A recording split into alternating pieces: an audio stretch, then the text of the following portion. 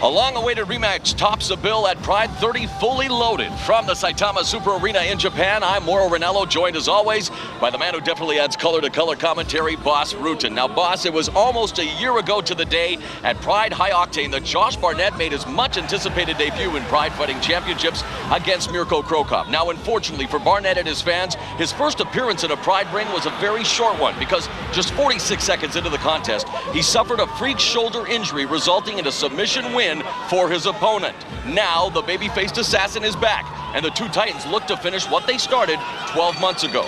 Of course, Cro Cop is coming off an epic encounter for the Pride World Heavyweight Championship at Final Conflict 2005.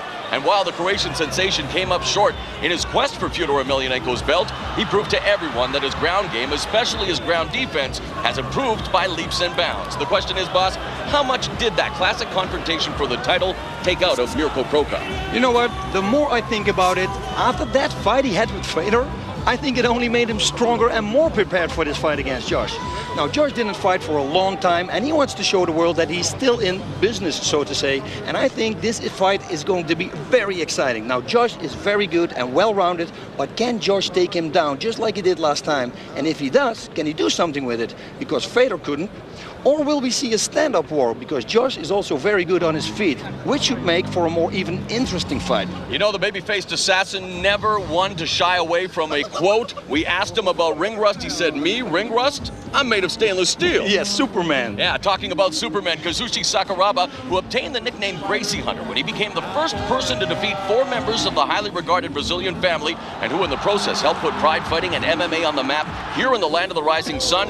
Well, he will take on American mixed martial arts Hall of Famer and a guy that you faced during your illustrious career. I'm talking about Ken Shamrock. Sakuraba's just returned from a training trip in Brazil with the Shootabox Academy, while Shamrock, he makes his 4th appearance in Pride. Boss, this is a dream match for longtime MMA fans. Legend versus legend. What's the route and report for this fight? All right, here we go.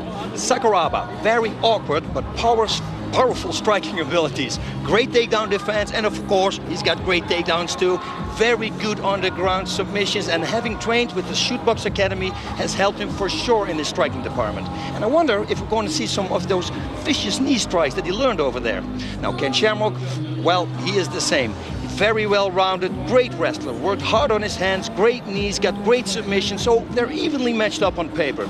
Now, both fighters have done not so well in their last fight, so one thing for sure, both of them really needs this win, meaning this fight has to be good. Speaking of fighters who need victories, the theme here in Japan is starting over. Someone who is looking to resurrect his career, in a matter of speaking, is Rampage Jackson. He returns tonight, 2 Pride Fighting Championships, and let's face it, the last time we saw him, he was being beaten by Mauricio Shogun at Total Elimination 2005. Shogun would go on to win the middleweight tournament. Jackson, he would return to the United States to do a lot of soul searching. Now, he has made changes, Boss, big time. Changed his training partners, he's rededicated himself to the sport, and let's face it, he hasn't been the same fighter since we saw him get brutally KO'd last October against Vanderlei Silva in a fight for the Pride World Middleweight Championship.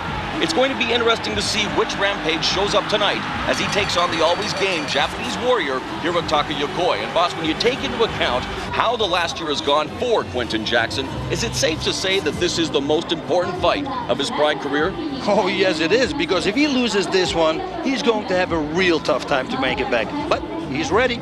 He said he never trained as hard as he did this time. He also said that he now finally knows what hard training is. Wow. And he's going to need it against Yokoi, who is a very well-rounded fighter himself. And the same as Quinton, he really needs a win. So I'm sure that he has the same thoughts as Quinton. Winning, whatever it takes. Because just like with Sakuraba and Shamrock, both of them cannot afford to lose this fight. Also tonight, Supreme Striker Sergey Kharitonov and submission specialist Fabricio meet in a fight that could very well determine the next #1 challenger for the Pride World Heavyweight Championship. Get ready, it's real fights with real athletes. It's Pride 30 fully loaded.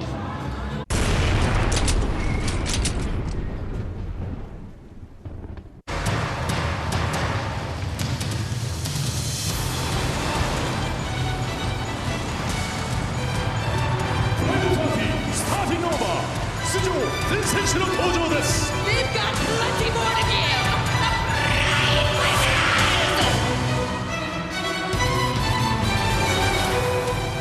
The first match.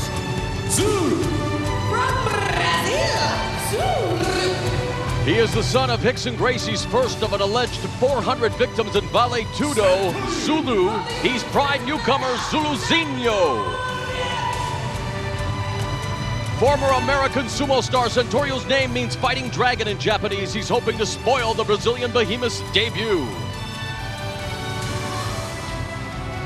The second match. Chukaev.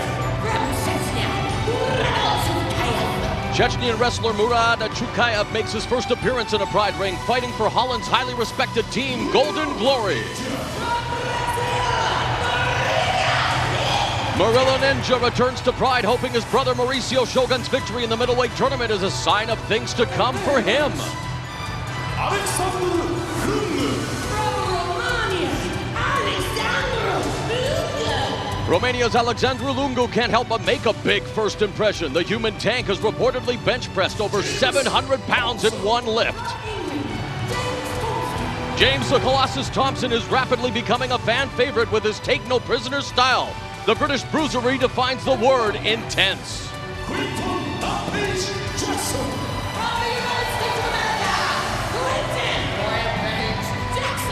Quinton Jackson calls this just another fight, but many people think the very talented fighter is at a crossroads in his career. Don't be surprised if the king of the slam goes on a rampage tonight.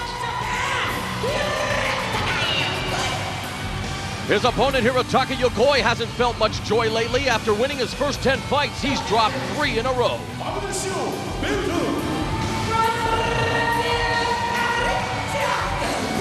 The undefeated Fabricio puts his stellar submission skills to the test tonight as he faces the fastest rising star in the Pride heavyweight division. At 25, Sergey Kharitonov is on the fast track to superstardom. His boxing skills are second to none. The sixth match. Yoon. Dong-sik. From Korea, Dong-sik. South Korea's Yoon Dong-sik tries to do to his opponent what he's been able to do twice while in judo. That's beat him. Japan's Makoto Takimoto, 2000 Olympic judo gold medalist, says this isn't judo anymore and he's going to try to KO his foe.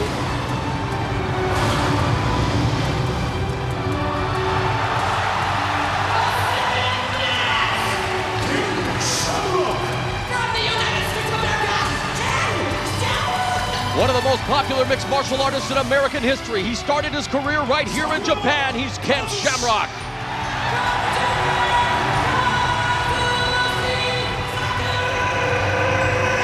Fellow MMA legend Kazushi Sakuraba put on some muscle during his training in Brazil with Shooterbox Academy. The two icons get it on tonight.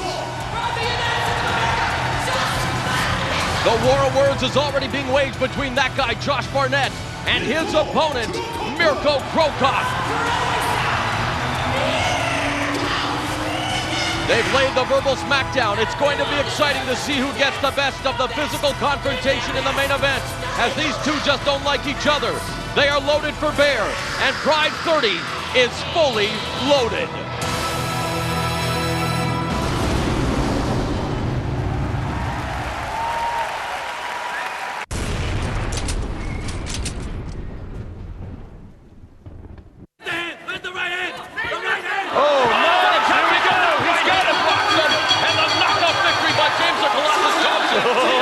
watch his reaction, boss. I learned a lot from that fight. I kind of went on his pace, Thompson's pace. I charged after him. I tried to take him down. I didn't do what I was trained to do. You know, I made a mistake in that fight, and I learned from that.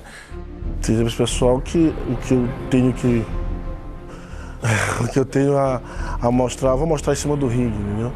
Eu tenho minha agilidade, eu sou uma pessoa que as pessoas me chamam de gordo, mas eu ainda não vi um super pesado que tenha a rapidez que eu tenho e com o treino que eu estou tendo, que é um treino muito puxado. Eu treino com pessoas leves e rápidas, entendeu? Que é para mim pegar o ritmo deles. Nossa equipe tem essa tendência. A equipe Bulldog hoje é uma equipe que está crescendo no Brasil e fazendo muito super pesado. Sumo, of course, is totally different from MMA fighting style. Sumo is, you know, it's totally different. You win by knocking your opponent down, you know. So I take that as the same as MMA rule. I just gotta knock them down, you know, with a right hook or slap or whatever, take them down, you know. So sumo's built to not be taken down. So I feel that I'm not easy to be taken down. So far, a lot of ex-sumoers has tried different types of MMA fighting and not doing too good. So, but I want to change that around. I want to be the one to change everything around, especially in MMA rule fighting. Muito bom. Eu quero que as pessoas... O sumo é uma luta, como vocês falaram, tradicional aqui do Japão. Então tem muitos fãs, né? Isso, do sumo e muitos fãs do Centurion, né? Então é bom as pessoas que vão torcer a meu favor, entendeu? E contra mim, porque é público que eu vou atrair. Com isso eu saio ganhando.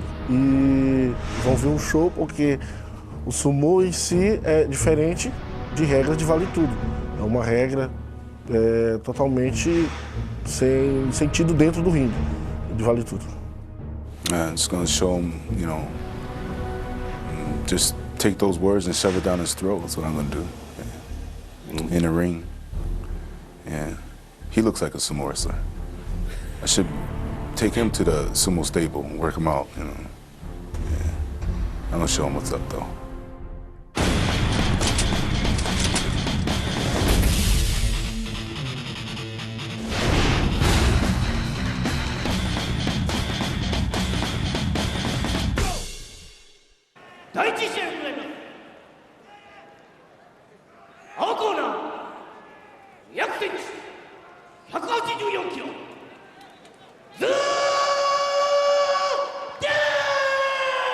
Zuluzinho's 26, 6'5", 341 pounds, making his debut in Pride Fighting Championships. Nice facial expression there. He's all business tonight.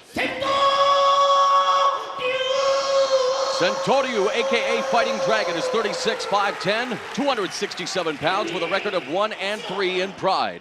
Man, every time we see him, he looks better and better. Look at him now. Big shoulders. Oh, he has been hitting the weights for sure. And he's talking to his corner man there, the blue-eyed samurai Nicholas Pettis out of Denmark, one of Europe's top fighters. And look at this. I mean, Centurion is a big man at 341 pounds, or make that 267 pounds. He started his career at over 300 pounds, but look at the weight difference here in the size. Oh, yeah. And again, it is the first matchup here at Pride 30 fully loaded. 1 10-minute round, 2 5-minute rounds. And the judges will be looking for judging the fight in its duration, the effort to finish the fight by knockout or submission, damage to your opponent, takedowns and takedown defense, and aggression. And Centurion's got a lot of pent-up aggression, boss. He did not take too kindly to Zuluzinho putting down his former sport of sumo. That was already a very good bombing there that he did with his head. I'm talking about Centurion. He let that jab miss. Look, going to the side, going to the body and head. This is where he should fight, close in, because he's shorter. Very good Right now, what Centurion is doing is very... Ooh, Now there's a nice high shot. clinch and a big knee right up the middle by Zuluzinho. Now looking to go for the guillotine almost there, but Zuluzinho, again, we talked about him being a purple belt in Brazilian Jiu-Jitsu under Cássio Facaglia. Ooh, a knee there in the groin. Yep. That was an inadvertent shot to the peninsula south of the equator within the first minute of this opening round, and not the way that Centurion wanted to start this matchup, and Zuluzinho having to go to a neutral corner. And boss, it takes everything out of you. Yeah, you talk about, here we'll go look at the replay of this nasty shot there. It was more of a shin strike. Yes, absolutely. Yeah, that's gotta hurt. Although they were, of course, a cup, probably a steel cup. Trust me, it's gonna go straight through. The only thing is, you're protecting the cojones, so to say. We saw what Murilo Ninja Hua, who is a part of Pride 30, did to Alexandru Otska, as we take another look at a different angle here. Ooh, it hurts over here. He shattered Otska's cup. Remember that yes. on a recent Pride? So while you have to wear a cup for safety, it definitely can still hurt, and Centurion is going to be given up to, I believe it's 5 minutes to recover. And it looks like he is going to be okay, as he's just being tended to by his corner, and again, safety is paramount here, and we are having Zuluzinho there in the corner, boss. Yeah, they're checking his cup out now too, for some reason. How would you like to have that gentleman's job, Mr. Rutan? Let's not go there, because once I start, there won't be no stopping. Centurion's coming off a loss to James Colossus Thompson at Bushido 8. He also lost a decision to debuting Olympic gold medalist Makoto Takimoto at the last Shockwave show, and those aforementioned fighters all a part of Pride 30 fully loaded.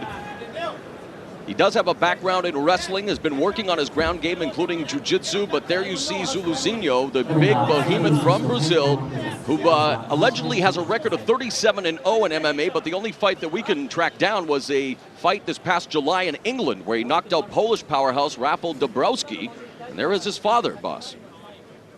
Yep, the person who fought the legendary Rickson Gracie right here on screen. And there, of course, his son. But I'm still wondering what they are doing with Zulu. They're having towels around him, so he's got a real close inspection there. You see the wild beginning for Centurion, who just bowled him right into the corner with those strikes to the body. It looked like he was attempting a single leg pickup and then was met with that devastating tie knee right up the middle. Yeah, and coming with power. I mean, he's got big legs. And you talk about a man who has undergone a metamorphosis from a sumo-style wrestler to a mixed martial artist. I mean, this is a guy who does take the sport seriously, as we saw in the interview, boss. He did begin to take umbrage with what we were saying about the comments from Zuluzinho, who dissed his sport of sumo, and really, frankly, just dissed him as an opponent. And just because he has a record of 1-3, he is very serious about becoming a force in mixed martial arts. And even though he is now at the age of 36, he would like to fight until the age of 40. And this fight is about to resume here at Saitama Super Arena.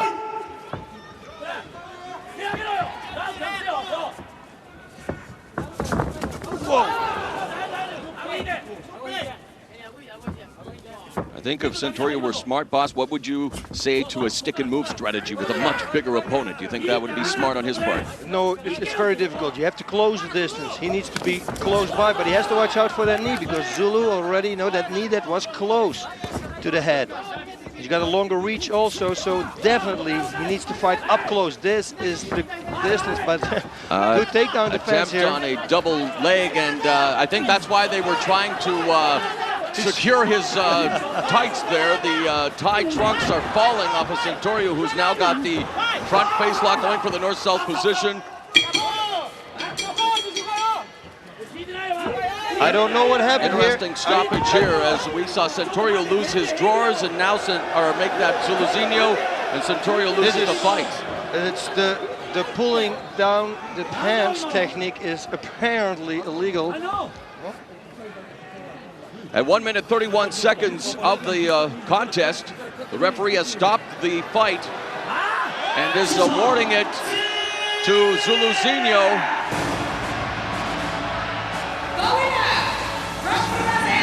Okay, now it's maybe me, but I really don't know why they stopped this fight.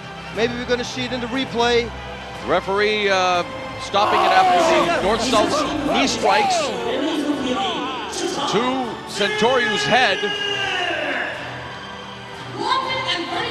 Now explaining himself to Centurion, who was absolutely furious with the decision, boss. Yeah, I would be too. I mean, to me, he looks totally fine. And there's an animated father who is... he plays the trumpet.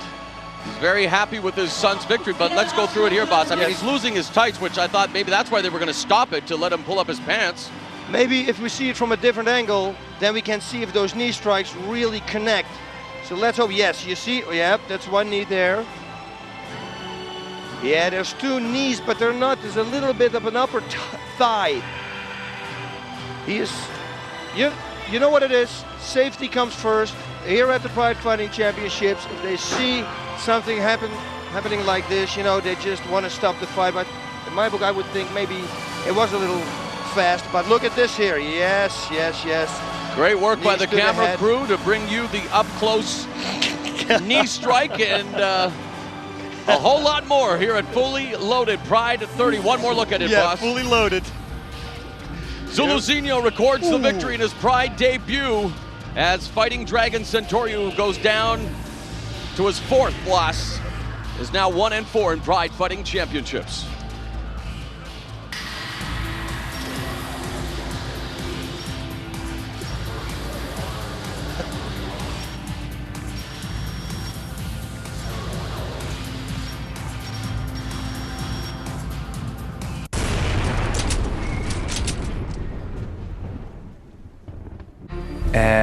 Com a vitória do meu irmão também, né? E é uma chance da minha voltar no Pride, né? E eu sei que eu preciso muito dessa vitória, tanto eu, para academia, para minha carreira, tudo, para mim, pro meu irmão, para todo mundo, cara. Eu tô focado para vitória mesmo. Да, он достойный боец, но, конечно, я такой же человек, как я. Я думаю, что есть у меня шансы тоже выиграть его. Но, как я говорил, ринг покажет. Я хочу его в партере нокаутировать. Я постараюсь это сделать. Nocauteiro do parterre. Eu acho bom que ele tá pensando assim, que a gente vai fazer uma grande pro público, porque eu vou pra cima dele o tempo todo também, cara. Todo mundo sabe que eu sou lutador que nunca joga recuando, vou jogar pra frente mesmo. E vamos ver na hora lá quem vai se dar bem então. Vou pular o joelho na cara dele, cara.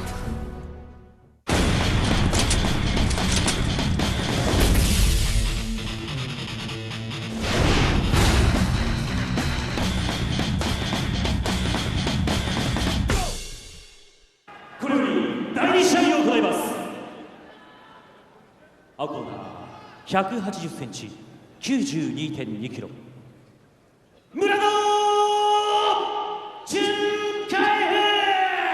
Murat Chukaev is 25, 5'11", 195 pounds. This is his debut in Pride. 赤コーナー、181センチ、92.7 キロ。Murilo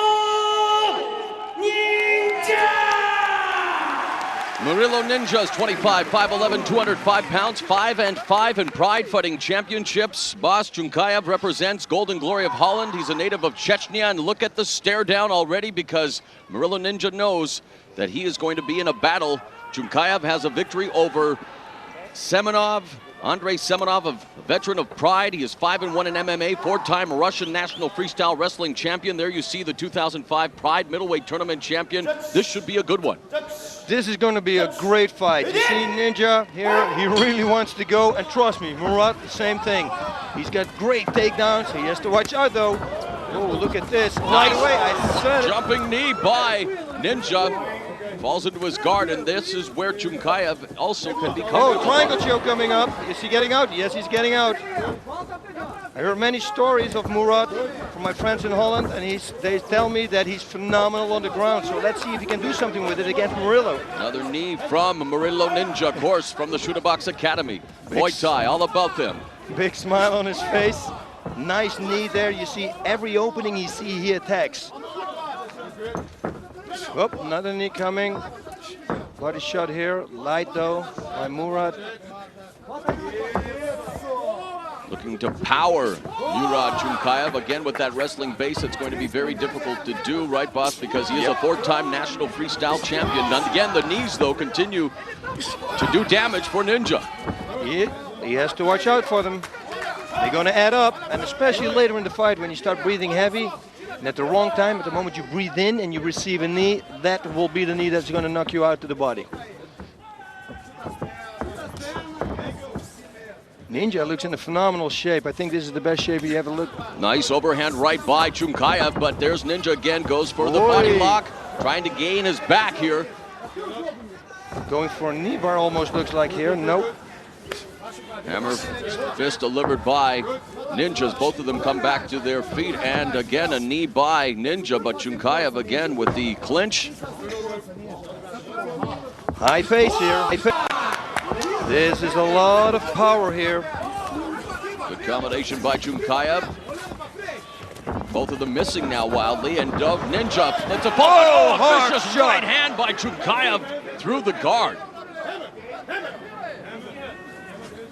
And again, he sets up there. He wants to go for triangle and armbar, and again, Murat escapes. Whoa, this is a very high-paced fight. Nice knee by Ninja, but look at Chukaev taking him back to the ground where he will try to neutralize. Going for a first, pick it for, no, he's already, it's out. Man, Ninja is going for submissions non-stop. He's a brown belt in Brazilian Jiu-Jitsu. Placed 6th in the 1999 World Jiu-Jitsu Championships, but here we have the wrestler from Chechnya doing a good job in his positioning, boss. Very good job. Ooh. Sprawling. Yep, he couldn't, nope, that was not good. He should not let him up. Ninja's too good with the knees. Has the body lock, looking for the takedown. Whoa, very nice. Ninja got the takedown on him. And now, yeah, I was going to say the same thing. yeah, Mauro, the knees were going to strike. Look at that kick to the head, and now he'll try to capitalize, missing with that trademark from Shootabox Academy. And now Chukaev, I think, is just going to try to neutralize him here, boss. And you see Mauricio Shogun, who is right now still basking after his championship win over Ricardo Arona in the tournament. Look and at now that good reversal. good sweep by Chukaev. Whoa, leg lock almost looked like Ninja's looking for a leg lock. There it is. Yep, heel hook. And over. Beautifully executed heel hook by Murilo Ninja. The very emotional Murilo Ninja, and there is his brother coming into the ring with the members of Shootabox Academy, and a well-executed submission win by Murilo Ninja, and a pretty good start to his MMA career in Pride Fighting Championships for Murat Chukaev. Oh yes, he did a great job, but the way we saw Murilo Ninja today, he was non-stop attacking. Triangle chokes, arm bars, reverse figure fours. He went for everything, and then finishing with a leg lock. I mean, come on. Textbook, beautiful. 3 minutes and 31 seconds of the opening round via heel hook. Murilo Ninja defeats Murat Chukaev, and you talk about him being in peak physical condition as we take a look at the replay. Nice jumping knee there delivered by Ninja, boss. Yes, very nice, and another knee here to the midsection. And there we go, you see it's waiting there to get locked. And because he's wearing a shoe, man, that is so much grip.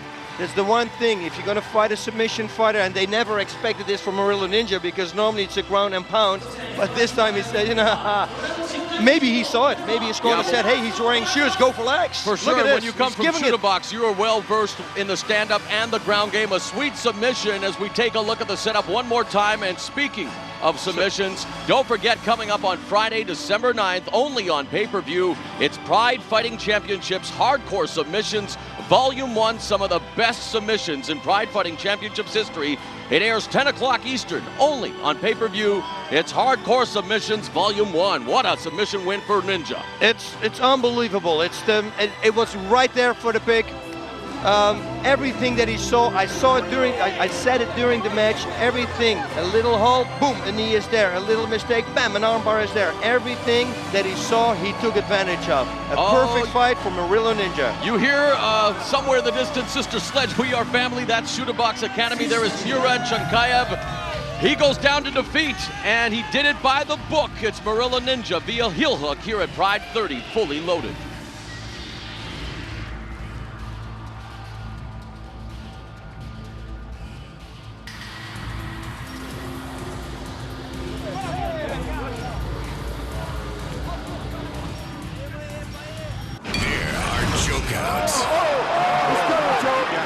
There are tap outs.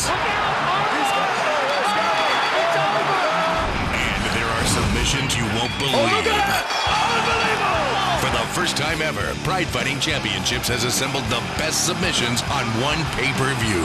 If you love the sport of fighting, you've got to see Pride Fighting's Hardcore Submissions Volume 1, premiering December 9th on pay-per-view.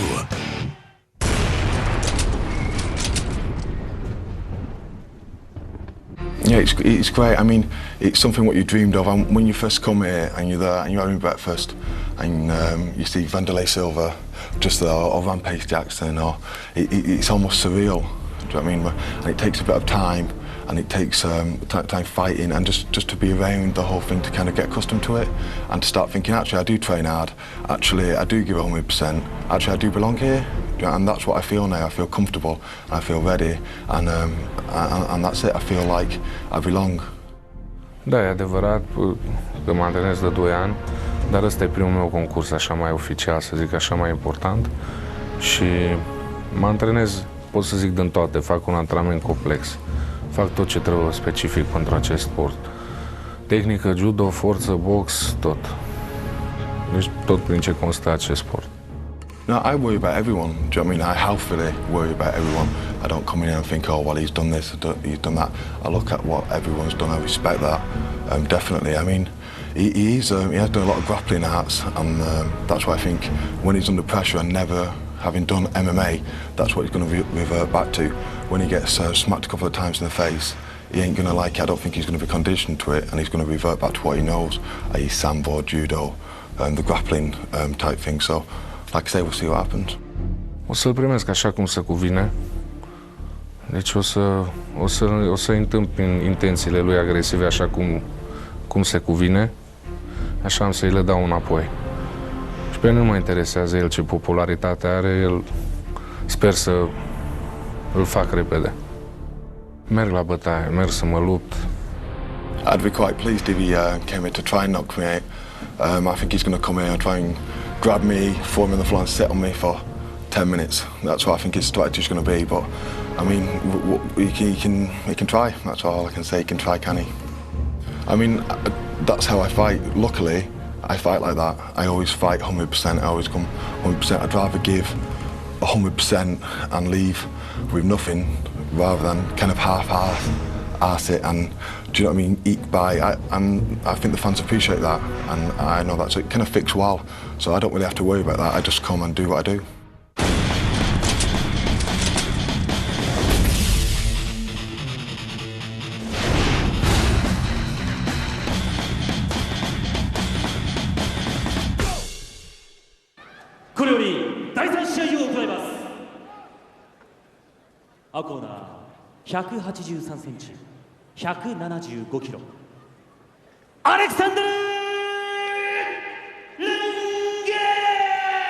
Alexandru Lungu is 31, 6 feet tall, 368 pounds. His first appearance in Pride Fighting Championships. 196センチ、124キロ。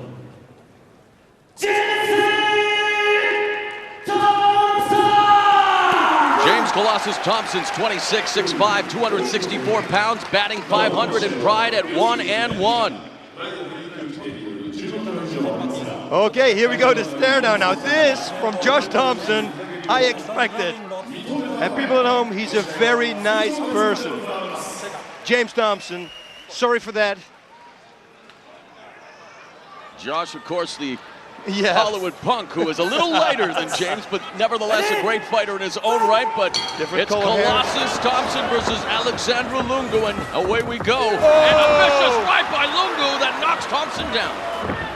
No, it's got to turn, yes. Ooh. And this is what Thompson talked about wanting to avoid, the massive girth of Alexandru Lungu on top of him, now inside control. Now he snatches half guard. It's going to be difficult to get a person like Alexandru Lungu off, because like you said, he's very well versed on the ground. He knows his ground game, and with that weight, it's going to be just very difficult. The only thing that James Thompson should do is move, and keep on moving. You see Alexandru, it looks like almost he wants to set up a figure 4 armbar. Surprised him with that right hand, knocking him down to the canvas, and now the judo and sambo practitioner is in the open guard. It's going to be hard to get a closed guard on Lungu. Yeah, you need some extension there in your legs. That is good. Nice little shot there inside. He's got to keep on moving, make him tired. Because obviously, all that weight that he carries around that will, work against him with stamina. Lungu looking like he wants to pass guard here. Now just wanting to let Thompson maybe get up and sets him up for another right hand. Now this Thompson is good. tries to work to him. This is good for Thompson. Look at this. Some nice shots in there. He should throw a knee. Wants to throw a knee and does so. He should move away from the ropes. Get away out of that corner. Good move here by James. Body shots by Thompson trying to create some distance. Yep, and you see it already. Fatigue. Now they're just throwing caution to the wind here, boss. He's got his hand behind his head, throwing some left hands, and now it's Lungu's turn. Oh, nice knee there from And James. another one on the chin. Moving away out of the corner. Beautiful. You see, he's growing in his game. It's very a nice. slugfest here early in round number one. 2 minutes have gone, and now Lungu with his back to Thompson. Some right hands now to the side of Thompson, now to the head, and Lungu is outside of the ropes, and it looks like this one is over as well, as James Thompson overwhelms Alexandru Lungu outside of the ropes. Lungu started the fight well with a right hand that knocked Thompson to the ground. He even had him in the position on the ground, and at only 2 minutes and 13 seconds, James Thompson improves to 2-1 in Pride. Alexandru Lungu, it's a long trip home to Romania. Yeah, that's for sure. 2 minutes and 13 seconds. First round. Man, I'm impressed by James Thompson. The way he circled away all the time, away from the corner. He didn't let himself get locked up. The way he escaped from the bottom. He did pretty much everything right. So he went for the body shots. He saw that Lungu got tired, went for body shots, knees to the body, played a perfect game. Congratulating the corner of Lungu as James Thompson now looks into the camera, does a pose, why not? Like I say, hard to dislike James Colossus Thompson. Look as at the this. stare down leads to a throwdown and some knee strikes as well. Whoa, 2 knees, they didn't fully connect. Oh, that knee, that was a good one there to the chest. And you would think, oh, that doesn't do anything. Trust me, it does everything. One to the solar plexus, and that will take the wind out. Boom, boom, not a few shots. And I think really fatigue almost playing a part there for Lungu. Had just spent all of his arsenal, and 2005, a banner year for Pride Fighting Championships, coming off on the heels of probably the greatest event in not only Pride but MMA history, Bushido the Tournament. And fans, if you missed it or if you want to relive the memorable action, log on to pridefc.com for dates and times of when Bushido the Tournament will be airing in the month of November. Check it out again, pridefc.com. Don't miss Bushido the Tournament, boss, the most memorable event in Pride FC. Wow, what a night we had, huh? 3 short fights. I hope it's going to be a little bit longer for the rest, because otherwise it's going to be a real short show. Yeah, and of course we're talking about Bushido the Tournament, boss, on what a memorable night that was. Takanori Gomi with not only 1 but probably 2 Match of the Year candidates. It was a great night. It was an unbelievable night. I was just mesmerized there. I was looking at the screen, but yes, Bushido the Tournament. One thing for sure, do not miss the final on New Year's Eve, because it was, like you said, an unbelievable night. Again, the replay, Bushido the Tournament, dates and times in November at pridefc.com.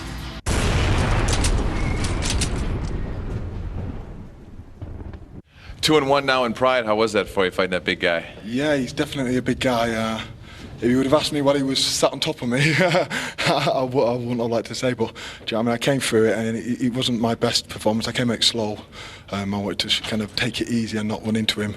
But even though I did that, I kept kind of coming forward, and I got sloppy, and I did get caught a few times. So I'm going to work on that. But all in all, I won tonight, so it's not too bad. Not too bad. How weird was it for you to come out that slow? Because normally we see you just, dashing out there. This time you came out totally different. Was that weird for you? Yeah, it was very weird for me, and excuse me. It was very weird for me because I've only ever done that in one fight, and that was Dan Sevron, and I really did want to come out fast. I mean, and that's why, even though I didn't come out fast, like I said before, I was still pushing the fight when I should have eased off a little bit. But it just kind of comes in time. I'm growing all the time as a MMA athlete, and I've got to take this back now, look at it, see how I can improve, and work on my game from there. If you saw me in training, you kind of do all the things in training, you keep your guard up, you do this, you do that, but it's getting it to the point where you keep doing it in training. So when you come to the fight, you're doing it automatically. And on some things, that's what I'm not doing. I'm doing it in training, and then when I'm going back to my old ways. But that's just going to come in time. Like I say, I've got many more years, so you can watch me improve. All right, good luck to you, man. I appreciate that. Thank you very much. Cheers.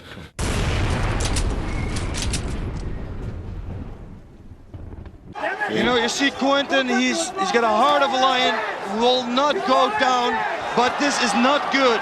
This is not good. Yeah, this is the end of the fight. Oh! You know, I haven't had a good year. I've been fighting injured for a while and stuff like that, and now I have a little less injuries, and I think I just need to climb back up, you know what I'm saying? I should have took a break after I was born again. I should have. I just didn't, you know? Before, it wasn't even all that. I didn't have any training partners. You guys just don't know. I don't want to come here and make excuses for all my losses, but I can make an excuse for all my losses. But, you know, but I don't want to go through there right now. But, you know, now hopefully I can keep getting good people to train with and stuff like that. And you only as good as your training partners are, you know? I'm going to be coming knocking on boss's door, you know what I'm saying, in a little while. And wake up, boss. You know what I'm saying? 10 o'clock in the morning, I'm gonna be at the door with my training gear and like a lost puppy or something. Come on, train with me. Cause you gotta have some good people around train with. I've been training with Tito, you know what I'm saying? He's been moving his big head around the wrestling room, and I've been trying to dodge that big head and, you know, go with him and stuff like that. And had Jason Mayhem Miller, you know what I'm saying? He been training with me and stuff like that. And Real Deal, he came down, and this boxer Jeremy Williams, he moved with me a little bit, and I got some more guys at the gym, like Lunchbox. He came and helped me out and trained with me a little bit, and who else? There's a lot of Randy Couture helped me out a little bit too. That's right. He came kick my butt for a few. I ain't want to say nothing because he kicked my butt a few times and left. You know, he got a busy schedule, and a few other folks came and moved up on me. そうですね。まあ自分も激しい試合をやりたいと思ってるんで。はい、激しい試合の上で勝てばやっぱそれだけ自分も充実感っていうのもあると思うし、はい。So I just want to knock him out. I want to see if I can get a knockout. Boom, just Yokoi, boom.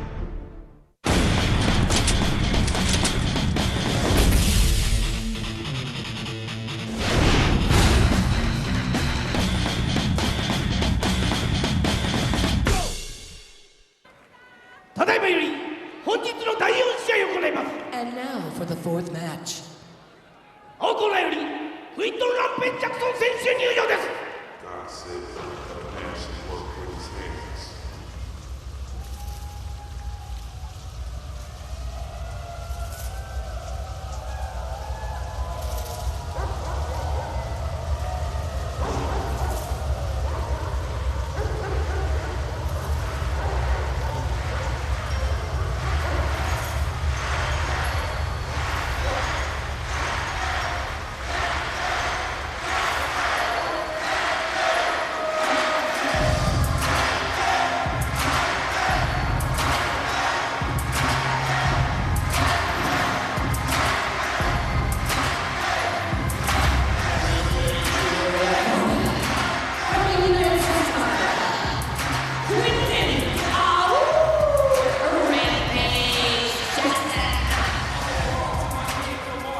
Bossy is back, rededicated to the sport as we mentioned in the opening, and still very popular here in Japan as we heard the fans howling like a wolf in unison with Quinton Rampage Jackson. The last picture we saw of him in a Pride ring was of a broken man, boss. He was a finalist in the 2003 Pride middleweight tournament.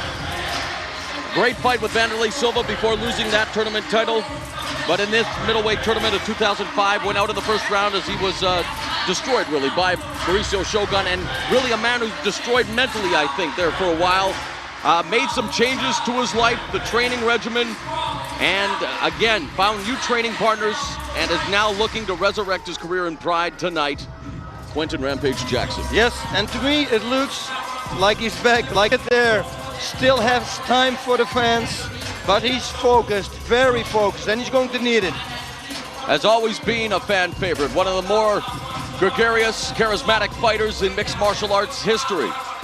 He is now training with Juanito Ibarra out of Huntington Beach, California. He's also training in jiu-jitsu. Understand he'll soon be a white belt, boss. Yes, that's what they told us. He's a solid brawler, loves to work the strikes in tight with punches and knees from the clinch while standing, known as the king of the slam. Very technically sound wrestler as well. But again, coming off a year that, if you were to ask him, boss, he'd probably paraphrase Queen Elizabeth II and call it an annus horribilis, a horrible year, but looking to put it all behind him, because as they are saying in Japan for Pride 30, this is indeed starting over. You said it, my friend. Perfect. There is Juanito Ibarra in the picture as well, an entire new crew for Rampage Jackson. A father for the second time. We congratulate him on becoming a dad again. He's found a lot of solace, a lot of peace and contentment in his personal life.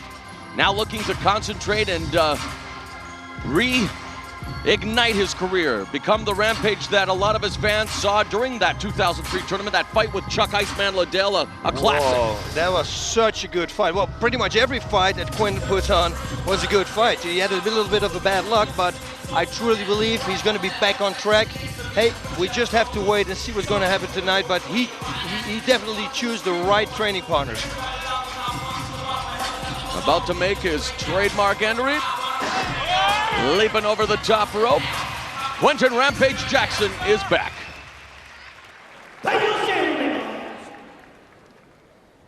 青コーナー185センチ 92.9 キロクイントン・ランページ Quinton Rampage Jackson is 27, 6'1", 205 pounds, 10-5 in Pride Fighting Championships. Nice teeth there. Smile pretty for the camera. Hirotaka Yokoi, 27, 5'11", 205 pounds. He's 1-3 in Pride FC. Boss, he started his career with 10 wins in mixed martial arts, has lost 3 in a row, and I think he's looking to start over as well. Has shaved off that unique hairstyle, maybe paying homage to a man who was once a 3-time king of Pancrase, a former UFC heavyweight champion, a guy by the name of Boss Rutten. What do you think? I think his hairstyle is unbelievably beautiful. His ear, a little less, but for the rest, he's looking great. All right, it's definitely down to serious business for each of these fighters. Yokoi looking to snap a 3-fight losing streak, and Rampage Jackson looking to prove that he is still indeed a force to be reckoned with in the Pride middleweight division. Good takedown defense employed there by Jackson. Yep, he falls right into the butterfly guard, half butterfly guard. We'll probably go to a full guard. Yes, there we are. Moving already, going. Oh, it looked like he was already moving to the side, meaning he's going for an armbar attempt.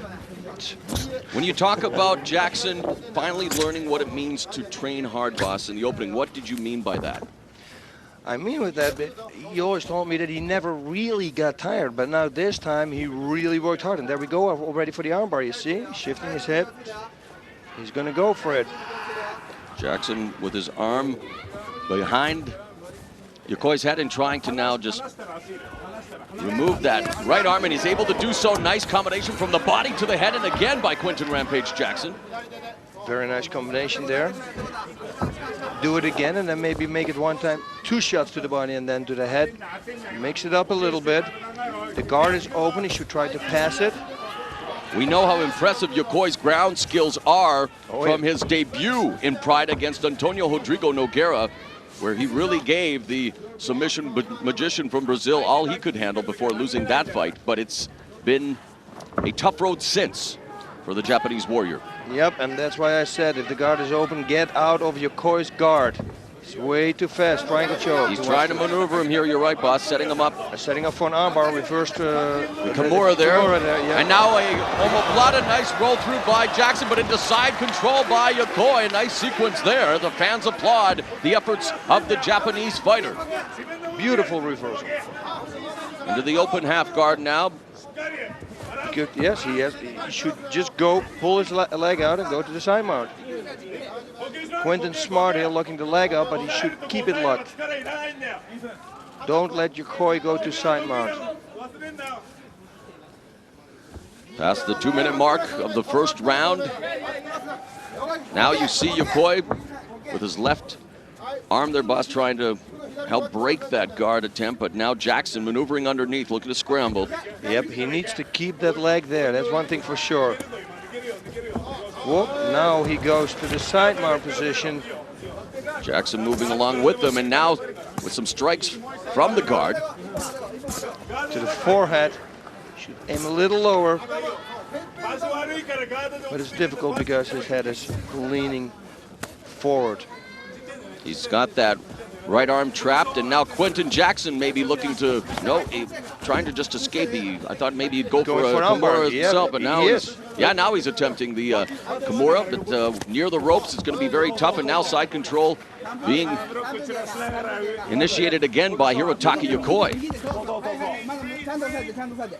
Yep, what can you do? Oh, there, yes, that's a very good thing. A very wise decision there. Stop that knee strike. Nice. Now Jackson just powers out with the sweep and a side control of his own, and there's a forearm and a knee, and beautiful explosion of power by Jackson on the sweep, boss. Yeah, he has so much natural power, but everybody who knows Quinton Jackson, I don't need to tell you that. We saw him lifting people up like they're feathers.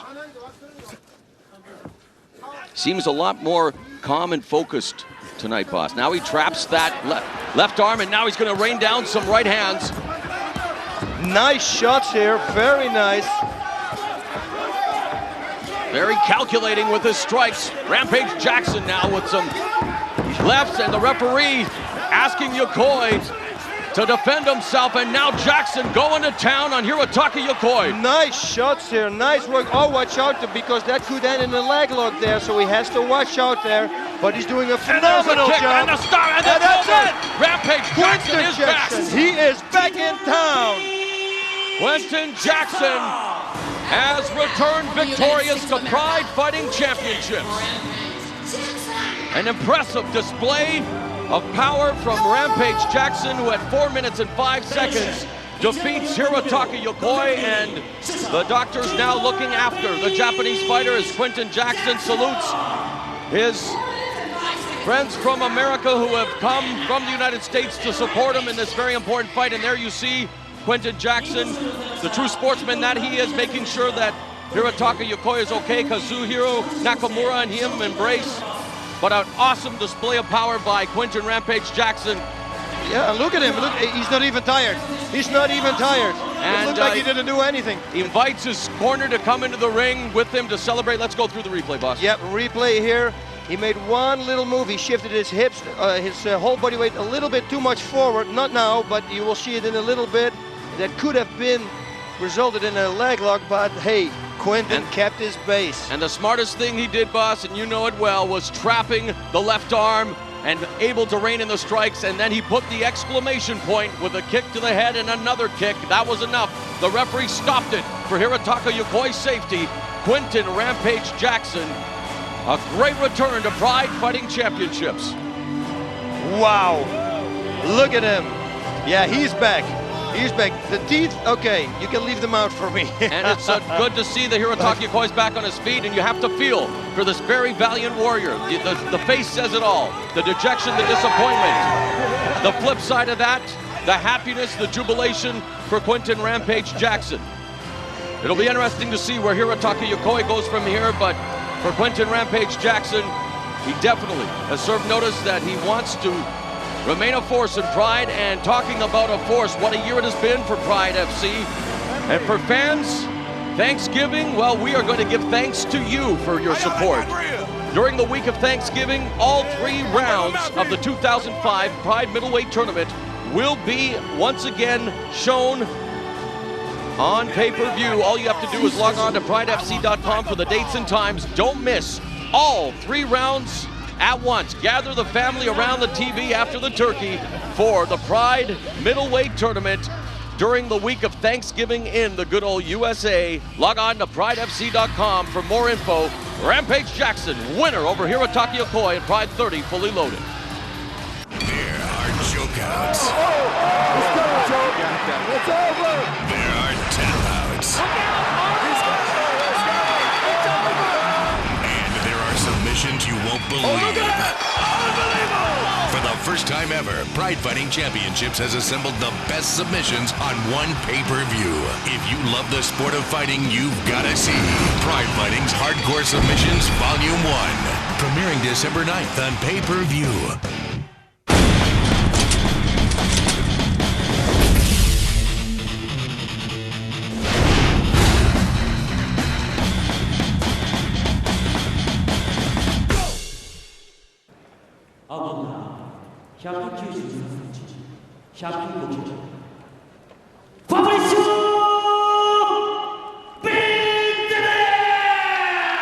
Fabricio Verdun is 28, 6'4", 242 pounds, 2-0 in Pride Fighting Championships.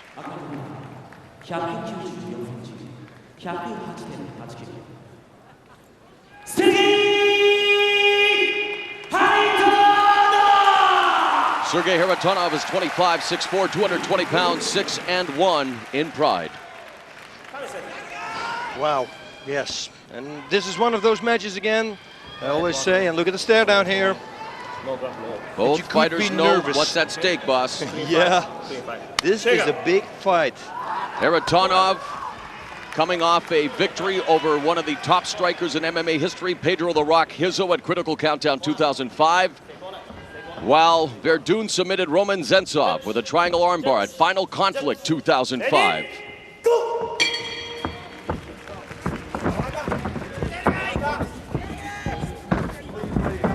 You talk about a mixed martial artist with boxing skills.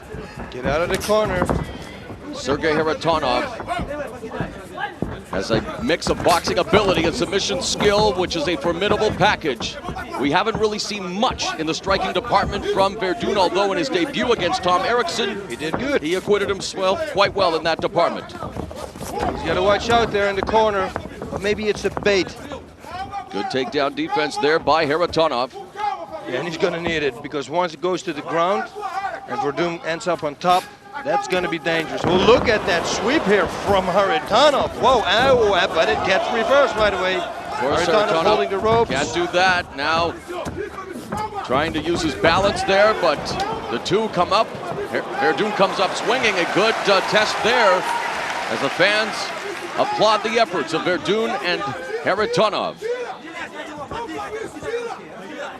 A champion submission fighter, Fabricio Verdun, winning world titles in the Pan American Championships as only a blue belt, boss. He won the European Cup as a brown belt and the World Cup and World Championship as a black belt in the super heavyweight category, all in a 2-year span. Wow. Now comes for a right, and there goes a shot, but again, a nice sprawl by Kharitonov. Kharitonov does a really good job here, but they say if you keep going, eventually you're going to get it. Well, I hope he's going to get it. It looks like he's got caught in a guillotine. That would be, no, there's an arm in between. Setting him up, however, and of course, you know that Kharitonov, who only at the age of 25, is not going to expend any unnecessary energy. A very cerebral fighter as well. Verdun should jump out of there and jump to the other side of where his head is. So jump to the right side of Kharitonov. That will be, see, exactly that is. But Kharitonov knew that. And he was also against the ropes. Whoa. To be a slingshot effect. Very technical fight so far. Yeah. Boss, when you look at Verdun throw those right hands, what do you think? I think they're a little bit too wild, because it's obvious that he's using it to set up a takedown. And Kharitonov does, yeah, he sees it coming easy. Is it almost like, yeah, it appears that he's telegraphing the takedown with those right hands, doesn't it? Yes, he should go for a 3 or a 4 shot and then go try for a takedown. Now this, I don't know, is very smart for Kharitonov. Although we've seen him early in his Pride career showcase his submission skills. And again, you talk about complete packages. Sergey Kharitonov comes very close, although Fabricio Verdun as well. Now training with Mirko Cro Cop, his Brazilian jiu-jitsu coach. And you know that Cro Cop is going to be showing him some of his striking prowess. There's a triangle choke attempt coming up here. He's holding with his left hand real hard to the hand, but you see Kharitonov is pulling it out. Yes, these both fighters are just very good. Kharitonov needs to create distance in order to strike hard, but he knows that. I don't need to tell him. There's a nice shot.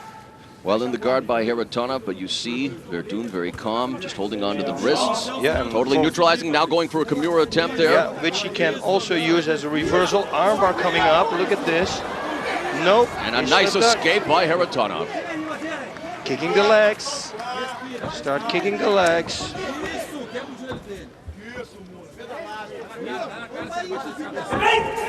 Now the referee going to bring them back up to their feet. You know, Kharitonov used to be teammates with the current Pride World Heavyweight Champion.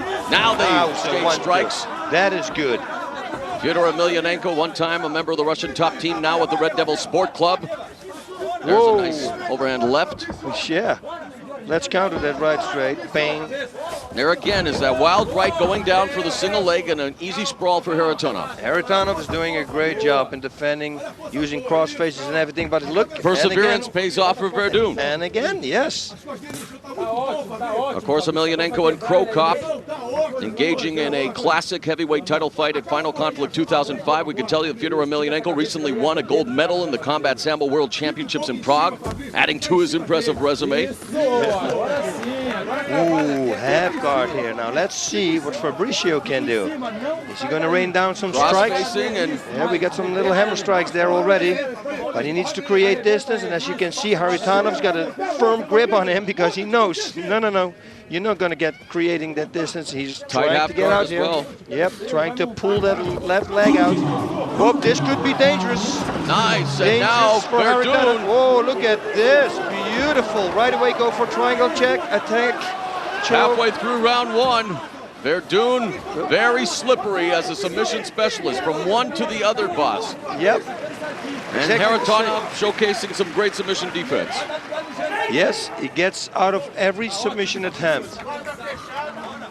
Very closely contested matchup thus far, but a great one to watch. Submission specialist Verdun and the boxer extraordinaire Kharitonov. I love that right body shot that Kharitonov has, and he's doing it every fight. Watch out with it. That was a good shot there. Oh, and just misses with that left kick. Whew. This is a good fight, and as you can see, both fighters are in a phenomenal hole. Look at that. Nice up kick there after the bicycle. And again, he's going for that triangle. Kharitonov just trying to pass the guard now into side control, but you're right, Verdun managing to still maneuver into some kind of submission attempt, but it's just really a war of attrition right now, boss. I mean, Kharitonov loves playing chess, and we're seeing the proverbial chess matchup that is known as mixed martial arts. Oh, a nice up kick from that left foot. I knew it. It was almost like I saw that he was aiming for it.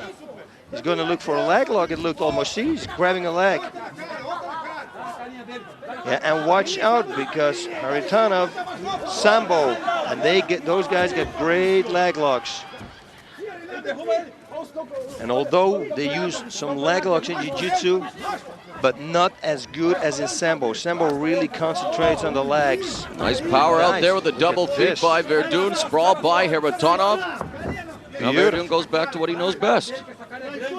And again, I'm telling it again, look at them. They're looking in a phenomenal shape. 7 minutes has gone by, and this is the opening round.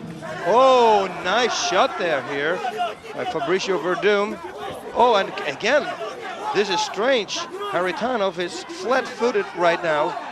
But those shots don't really seem to be doing much damage to Kharitonov. He comes through with a left and a right jab that connect. Yeah, Kharitonov looks like he's not light on his feet like he was last time. That's one thing for sure. He seems to be fatiguing now a bit as we have 2 minutes and 27 seconds remaining in round one. And you're right, he appears to be a little more flat on his feet. And Verdun should get out of that corner, or maybe it's a trick, like I said before, to lure him to him and then go in for the single or double leg. It's probably what he's trying to do. He should punch. Go to the body. From this distance, they will never expect a right straight to the body, left hook to the head. Look at that. Oh, nice shot by Verdun. The counters with a nice left jab and goes for that left-right combination. Attempted a shot, but now Kharitonov cutting off the ring, but it's that left jab that connects, and there's a wild right hand by Kharitonov. But look at this, Verdun let him miss. It seems that Verdun is turning the tide a bit here in the closing minutes of this round, although Kharitonov tries to fend off that takedown attempt again near the ropes. Is he gonna get the takedown? Yes, but can he keep the takedown? Here's an attempt now by Kharitonov coming back up to a vertical base. It looked like Verdun was setting him up for a knee strike. He should throw a knee right now, right knee to the head. A lot of this fight, boss, has been fought along the ropes. Now there's a left jab again.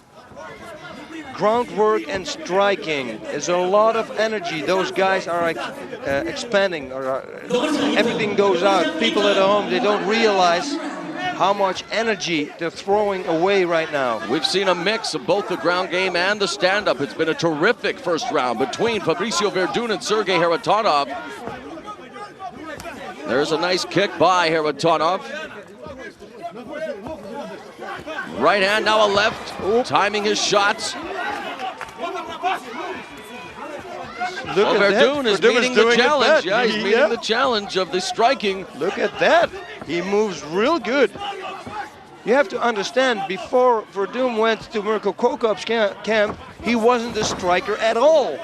And he's there, for a year and a half? But look at him now. And it's funny because his striking has definitely impressed, and the takedown attempts has been a case of perseverance. And twice now we've seen the guillotine, and there's a reversal attempt. So a very closely contested matchup here between Kharitonov and Verdun as round one comes to an end. Yes! Some pretty good MMA being displayed there, boss. The first round of the night completed. And people at home, and I have the feeling that El Guapo has to say that the other side of Boss Rutten, go to pridefc.com and chicks, babes at home, check it out because we have some beautiful underwear for you guys. Lingerie, everything is on there. Again, we want you to check out pridefc.com, El Guapo, as we take a look at the replay. Guys, lots of goodies for your girlfriends and wives as we show you some more goodies from that first round, boss. Look at this. Beautiful takedown. Right away, that attack, he says, no, you cannot come too close to me. Look at this reversal that he's trying to do. He's trying to go down for an armbar, but no. Kharitonov simply pulls it out.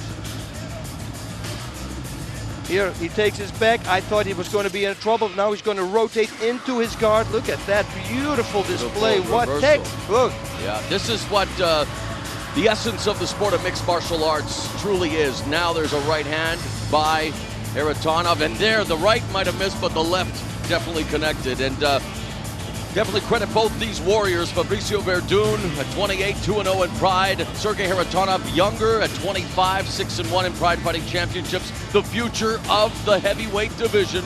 Each of them looking for perhaps a future shot at the world heavyweight champion Fyodor Emelianenko. And if the next 5 minutes is anything like the first 10 minutes was, boss, we are truly in for a treat.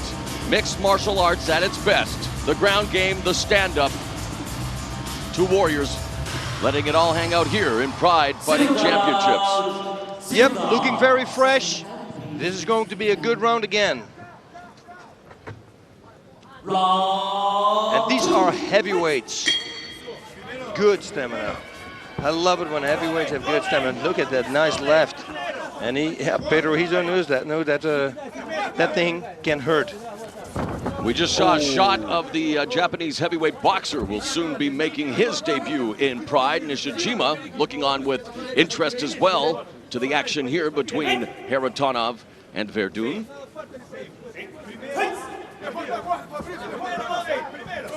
You see Kharitonov is constantly pressing the action on the stand-up game, that is. Kharitonov doing a good job though with his head movement to avoid a lot of the now circling away, doing a good job to get out of the corner, but now finds himself in the opposite corner. There's a nice, he's had a lot of success with that left jab, boss. Yeah, you should follow it up with the right. Just make it a 1-2. He did it before in round number 1, and it was a double hit. Boom. Again, that's right. Hesitated with the right, and then was met with that left hand, which stunned him for a moment. Now some up kicks by Verdun.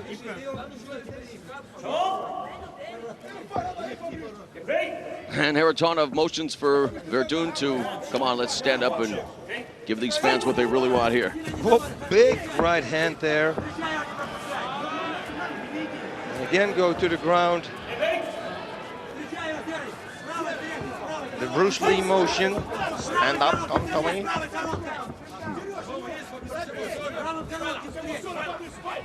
Again, it's Kharitonov pressing Verdun to the corner. That left jab continues to find its mark through the guard, but like you say, boss, not really following it up with anything. And when he does go for the right, because of the wildness during the first round, a nice sprawl there by Kharitonov. Yeah. Is it almost like he's now a little gun-shy with that right hand? Yeah, but why would he be gun-shy? I mean, he had success in round number one with it. Simply throw it. Simply throw the 1-2. It was a little on the wild side, and then it resulted in some shots that Kharitonov was able to defend successfully. And again, is it a case where is Verdun getting frustrated at all right now, boss? I mean, what do you think? Yeah, I would be frustrated because, look, Kharitonov now probably is going to do the motion again. Come up. But, I mean, you cannot allow yourself to get too frustrated knowing how close this fight really is with 2 minutes and 38 seconds left. Yes, and the timeout now is being called out. That's what I thought. He's going to receive a yellow card here. Verdun is being issued the yellow. Now he points to Kharitonov, but to no avail.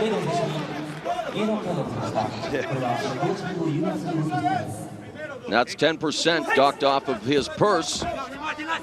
3 yellow cards, and you are disqualified in Pride Fighting Championships. Halfway through round number 2. He should attack. Nice body shot there, and I bet you the next attack is going to be body shot, and then he goes upstairs. No, I'm not going to bet. But see, again, body. This is typical Kharitonov, and suddenly he goes upstairs.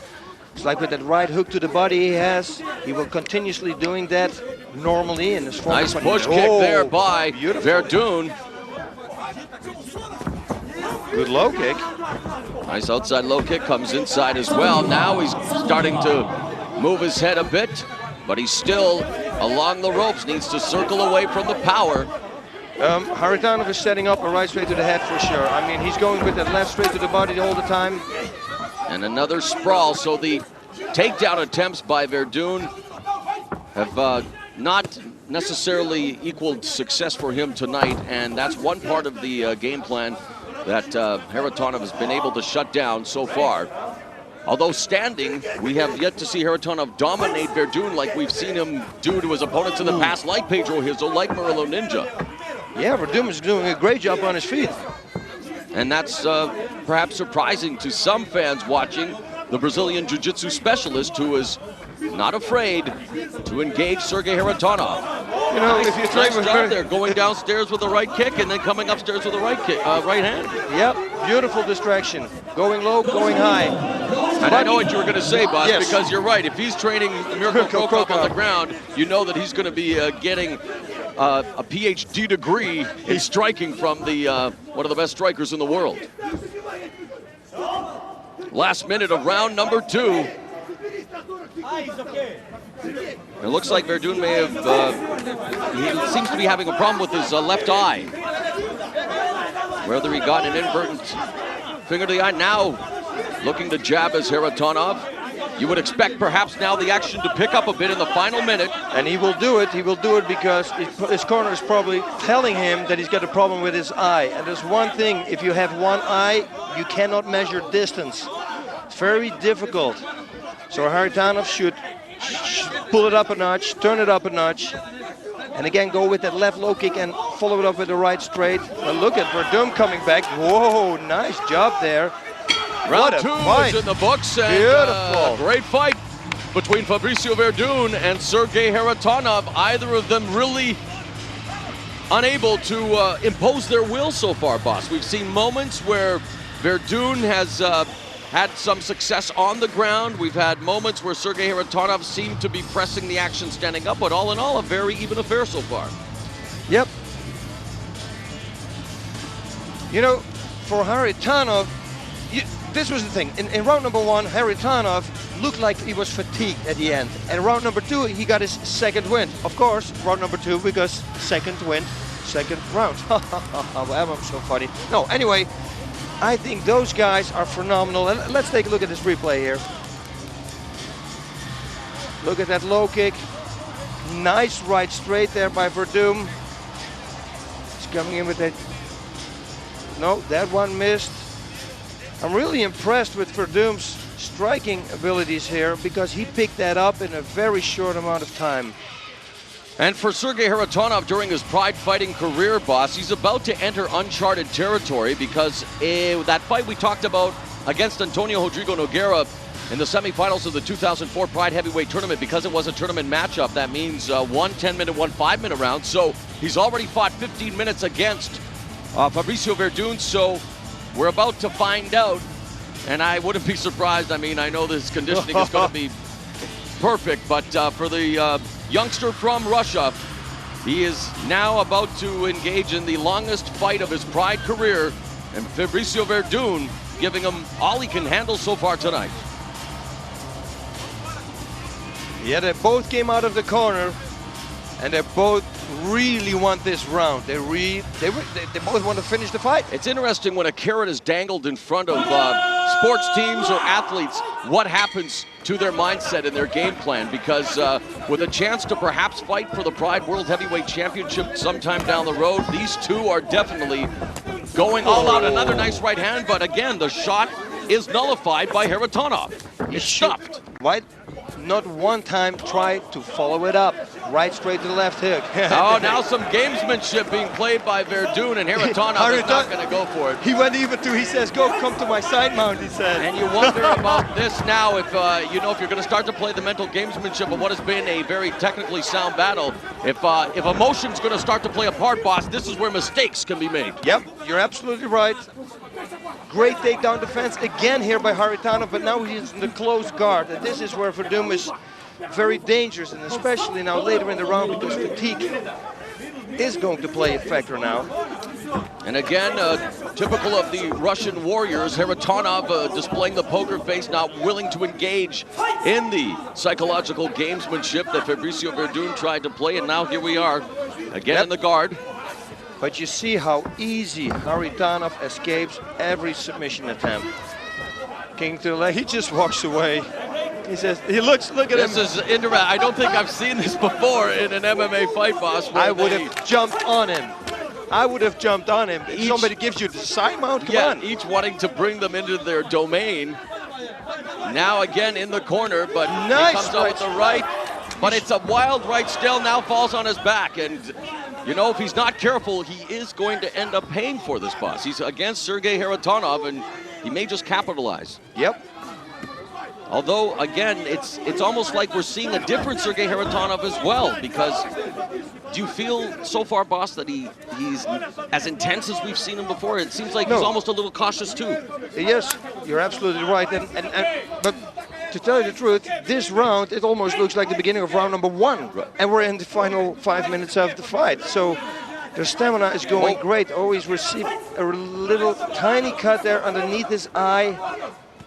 But the referee already saw that it's. And if it becomes serious, they will stop it. And the medical crew here will definitely look after it. We have a huge medical staff here on hand for every Pride event. And now Sergey Kharitonov in the north-south position, trying to secure in the guillotine choke. And another reversal there by Verdun, and a good kick from the bottom. Wow. Same thing. Come up. Oh, you're right. Down. Why doesn't he take a page out of the Brazilian playbook here, try a kick or something, or pass a Sakuraba type pass? Defending with the soles of the foot is going to get somebody received. Nope, no yellow cards here. Fabricio Verdun should give a 3-shot for it one time. I want 2 on the left hook and then go for a takedown. Nice low kick delivered by Kharitonov. 2 minutes remaining in the final round. And who wants this battle more, boss? Yep, and that's the person who's going to win. But and again, I said this many times before. I do not want to be a judge. There, you're right. Good counter strike by Verdun as Kharitonov missed with the right cross. This is going to be very difficult for the judges. Now he tries to pull Kharitonov into his guard. Oh, nice kick there by Kharitonov, who he finally decides, okay, if you're going to stay in the butt scoop position, then I'm going to attack your legs. Yep, you're right. And you know what? I'm talking about the judges, but the referee eventually... Is this going to play a factor? Because every time he lands on his back and Kharitonov wants to fight, it's going to work. Is this going to work against that left Verdun? seems to have tagged Verdun, and you're right, boss. I think it may indeed play a factor against Verdun. 1 more minute. Damage points again for Kharitonov. And now we'll see what happens in the final 60 seconds of this terrific tilt between Kharitonov and Verdun, who throughout the fight, boss, have been communicating via body language. Yeah, that's because one is from Russia, the other one's from Brazil. That's true. You can't do it as different. But they've had this running body commentary. Nice uppercut by Verdun. Yes, followed up with the left hook. Half a minute now remaining, and a slugfest ensues. Nice jab there, and non-stop pressing the action. Body shot by Kharitonov, another uppercut by Verdun. Backs Kharitonov up and off. 10 seconds. Is anyone going to try to end this with a bang? Jab by Kharitonov, and Verdun ends the fight in his familiar position. Kharitonov still standing, but who will be the one who is figuratively standing at the end of this fight, boss? It's a very close one to call. Good accounting by each of the fighters. It was a fun fight to watch, but in the same sense, it's going to be a difficult one to judge. It's going to be difficult, but like I said before, every time falling on the back, inviting him to come down, the other one inviting him to come up, to stand up. That could that was cool to see as they embrace each other after the fight, showcasing the sportsmanship. Boss, you're the man as we take a look at the replay, and as we go through the replays, my friend. Yep, he does a double Bruce Lee there. You're the best in the business. What would you have done differently to make this a more clear-cut decision for the judges from Kharitonov and Verdun's perspective, my friend? If I was Kharitonov, at the moment that Verdun went to, when he invited him to go to the side mount, man, I would have jumped on that right away. I mean, that's a difficult position to escape. And what about Verdun? Verdun, he should have thrown more shots to the head in order to set up a takedown, not only single shots. He should have thrown at least a 1-2 or a 1-2-3. Do it a couple of times and then go for a takedown. But every time if you throw one shot and go for a takedown, it's very predictable. A possible World Heavyweight Championship title shot hangs in the balance. Let's find out who won this very entertaining affair. Judge Kobayashi, Kharitonov. Judge Hamilton, Bill. Whoa. Judge Ohashi, Kharitonov. Sergey Kharitonov pulls out a split decision victory over Fabricio Verdun. Improves to 7-1. What would you think, boss, if it does happen sooner than later, Sergey Kharitonov gets a shot at his former teammate Fyodor Emelianenko and follows the same game plan as he did tonight? I think it would be too early for him, to tell you the truth, the way he fought today. But hey, it simply cannot be his day. And he still won the fight. So simply put, you're saying if he fought like he fought tonight, he would lose to Fyodor Emelianenko? He would have lost. Yes, I would really think so. Well, in any event, it was a victory for Sergey Kharitonov. He continues his rise in Pride Fighting Championships. A great performance for Fabricio Verdun, who has suffered his first defeat in Pride. And we take a look at some of the action. Look at right that. hand put him on his back. That was some nice move. Look at the 1-2, you see? He's doing it. And now he comes with that right again. Boom, yep. Yeah, it really puts him on his back. You know, it's been a tremendous year for Pride Fighting Championships, and it's not over yet. Coming up, well, New Year's Day, in fact, we kick off 2006 with Shockwave, the all-star card. Don't miss it. The biggest show, perhaps in Pride history, is coming up New Year's on pay-per-view.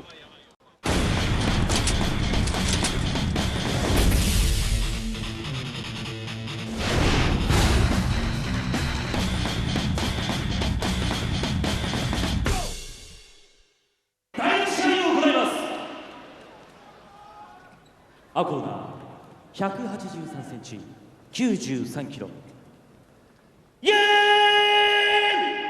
ドンシケ Yoon Dong-sik, 33, 6 feet tall, 198 pounds, 0-1 in Pride Fighting Championships. 赤コーナー174センチ88.7キロ滝本Makoto Takimoto's 35'9", 188 pounds, 1-1 in Pride. And boss, we thought that it might be Takimoto who was victimized by a gi choke against Yoon Dong-sik that might take off the gi, but look at the screen, it's the other way around. Psychological warfare, that's what they call this. Yoon Dong-sik at one time won 47 straight matches in his judo career. At the 94 Goodwill Games, he didn't have a point scored against him, en route to the gold medal, known as the Japanese Judo Killer. And it's going to be interesting to see how this one plays out. Takimoto, again, a huge sports star here in Japan, as all gold medalists are in their respective countries, at least revered for their athleticism. And now making the transition to MMA, and this one is underway, boss. Yes, I have the feeling. Oh, look at that. Yoon Dong-sik comes out right away, but here we have Takimoto. Hey, this is going to be good. Yoon Dong-sik, known for a deadly armbar. He has been training in boxing and kickboxing. Whoa. There's the Uchimata attempt by Takimoto, secures it. And that is, when you're wearing a gi, you can pull off throws like that, because you get traction. Into the half guard now. And Yoon Dong-sik right away trying to keep Takimoto close. And again, Takimoto is really content, boss, to work on the striking and showcase that part now, since he's been working with Hidehiko Yoshida. Yes, it looks like he's going for a choke. He's grabbing his gi. And there we have him, Yoshida. Expected to be a part of the all-star card known as Shockwave New Year's Day. Talk about ringing in the New Year's with a bang. It's going to be on pay-per-view. And log on to pridefc.com for more information on who else will be appearing. Yep, you see, he's working that choke. What he's gonna do, what he's trying to do actually, is pushing his fist in one artery, and with his biceps he's cutting up the other artery. Of course, it is a sleeveless choke. Yeah, or a sleeveless gi, I mean. Sorry, and a sleeveless choke as well. But we talk about the last time we saw someone wearing a sleeveless gi was Kazuhiro Nakamura against Vanderlei Silva. That didn't work too well in Nakamura's favor. So far, so good here for Takimoto tonight, as he continues to remain in the half guard of Yoon Dong-sik. Referee calls for action, senior official Yuji Shimada. We're talking about it many times. Creating distance is very important, and Yes, they're the not doing posture. it. And if they're not going to do it, then Yuji Shimada will stand him up. But look at this here. Now there's a kick by Takimoto, but look at the leg lock. He's got him in a heel hook, but it is to escape. He can't escape it still. Can't hold on to the ropes either. Needs to pull that leg out. That's what he's trying to do. Yeah, but because he's wearing a gi, now the gi works against him. Good point, and now looking for the attempt maybe at a knee strike. Nice close uppercut there by Takimoto. Good job. I'm making the uppercut movement here and you're saying it. It's crazy. He should throw him to the left right now. Takimoto. 2.5 minutes gone in the opening round. Trying to go to side control, now passing the guard, but it's still in the half guard. Open now by Yoon Dong-sik as Takimoto looks for the Kimura attempt. Yep. Yoon Dong-sik tries to pull his leg out here, his right leg. He should do it now because Takimoto's guard is not closed. Half guard. Oh, there we go. It out. No, but he's out to the side. Oh, he can still escape it. He has got to sit up. Yep, exactly. Perfect. He can roll out. And he rolls Simply again. rolls out. Now it's going to be difficult because he's against the ropes. Gets caught up in the ropes, but good concentration here by Makoto Takimoto. As Makoto Takimoto now continues to now turns it into an armbar. Can he pull it up? It's a difficult one to pull off. You're going to need a lot of power. And you see, he needs to bend it the other way. It's more of a shoulder pressure that he has right now. This is not really an armbar. But one thing, now it's going to be dangerous. You see Yoshida in the background looking on the screen, wanting to get a closer view. Yeah, there's nothing that I don't see him tapping on this. Or he's got a bent arm, or he's got a twist the arm a little bit more to the left. Yeah, it's very difficult to explain from this position. And how does Yoon Dong-sik now escape? Like, there's that hitchhiker method, boss, when you turn your thumb and try to just alleviate the pressure to the arm? That would be a good one. Or let the half guard go, but that's dangerous to do, and then put your knee in between and then peel the hand off. But this is good. What he's doing now is let Takimoto waste energy. I was just going to say, is it appear that he is doing that? Because it looked like for a moment there as Yoshida looks on, Takimoto now releasing pressure, and they're against the ropes and now looking to create some distance, but again back to close the gap there. Yep, Yoon Dong-sik closing, keep him close to him. And this affair is brought up to its feet by official Yuji Shimada. No, sorry, they're just going to take them away from the ropes. You're right, boss, going to start them in the center of the ring.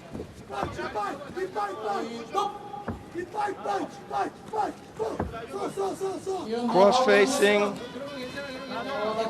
That's what Takimoto should do. Try to remove himself away from him. Opens way more possibilities. Submission attempts, punches.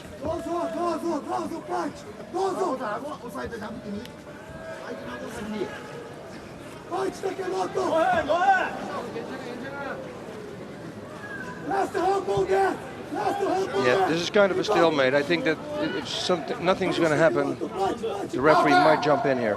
And the referee is calling for action as there's just some tapping going on there by Takimoto midway through round one. Again, you see Yoshida. There is, as we take a look, and maybe the camera will take it from the next advantage here, boss, the writing on the bandages, the wraps around the legs of Yoon Dong-sik. Can you shed some light on that? Okay, those are the officials who approve that nothing is hidden underneath those wraps. Okay. Blades, we have lasers, but and you can see on the hands it's the same deal here. Yellow card being issued.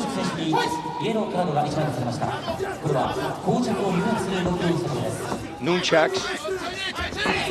So Yoon Dong-sik getting a yellow card. Look at this, Yoon Dong-sik looks a totally different fighter than the first time we saw him against Kazushi Sakuraba. Yes, has shed the gi, and he's the one who now appears to want to press this fight a bit, but Makoto Takimoto standing tall. Now they unload on each other. Now it's Yoon Dong-sik imposing himself on Takimoto in the corner. Yep, trying to go for the double leg here. And again, the gi works against him now. Yep. Because traction again, and otherwise he simply could have grabbed the gi. Looks like he's going for the gi attempt. Now trying to mount him in the corner and just raining down some ground and pound from Yoon Dong-sik. Now he's got his back, getting those hooks in, boss. He needs to put him in deeper. Yep.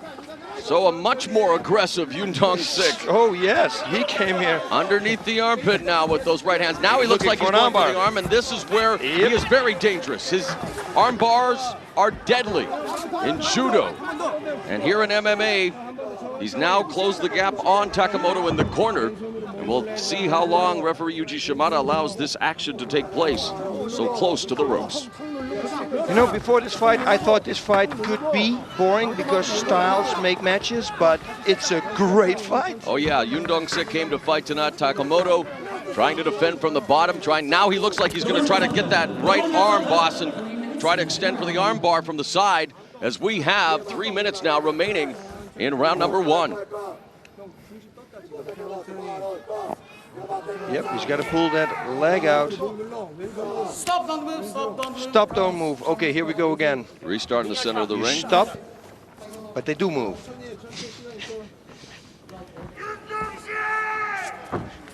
There's a boisterous fan cheering on Yoon Dong-sik of Korea. Yeah, I thought the last word he pronounced different, it almost looked like. Yoon Dong-sik saying his name. We got a fan from Korea supporting the native son, a legend in judo, and known as the Japanese judo killer, who is trying to beat a Japanese gold medalist in MMA here at Pride 30 fully loaded. And he's pushing it. He's doing a great job. Look at this. Tries to pass guard, now stands up.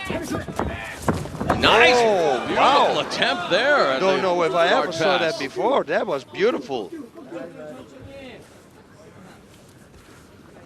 Now he'll try to create the distance, cross-facing Takimoto. Just in half guard, go rain down some punches. He looks like he wants to get that left arm. Now underhooked by Takimoto. Wrapping his head in close, just wants to keep him at close distance here. Less than 2 minutes remaining now. Yeah, he's trying to look here for an arm, but it's not really a submission right now. But Takimoto is busy underneath. He should try to roll him to the right now. Takimoto should try.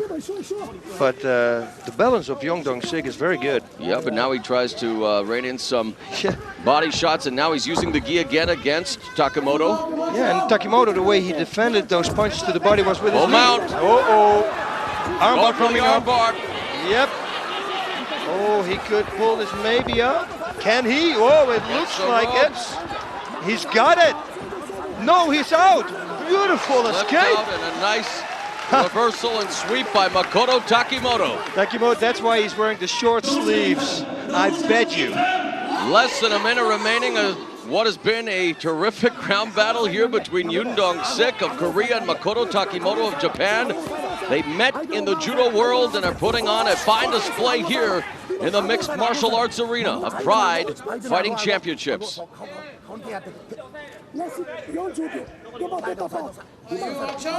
Referee calls for action.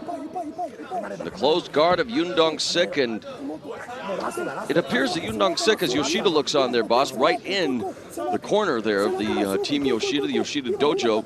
Yoon Dong-sik appears to have really been working hard. Yeah, working hard at catching Takimoto off guard right away by not wearing the gi. As here we see him, the jump guard there, and just, I think Yoon Dong-sik may have caught Takimoto off guard right from the beginning, and he's really shown an aggressive side to his arsenal here in the first round as round number 1 comes to a close.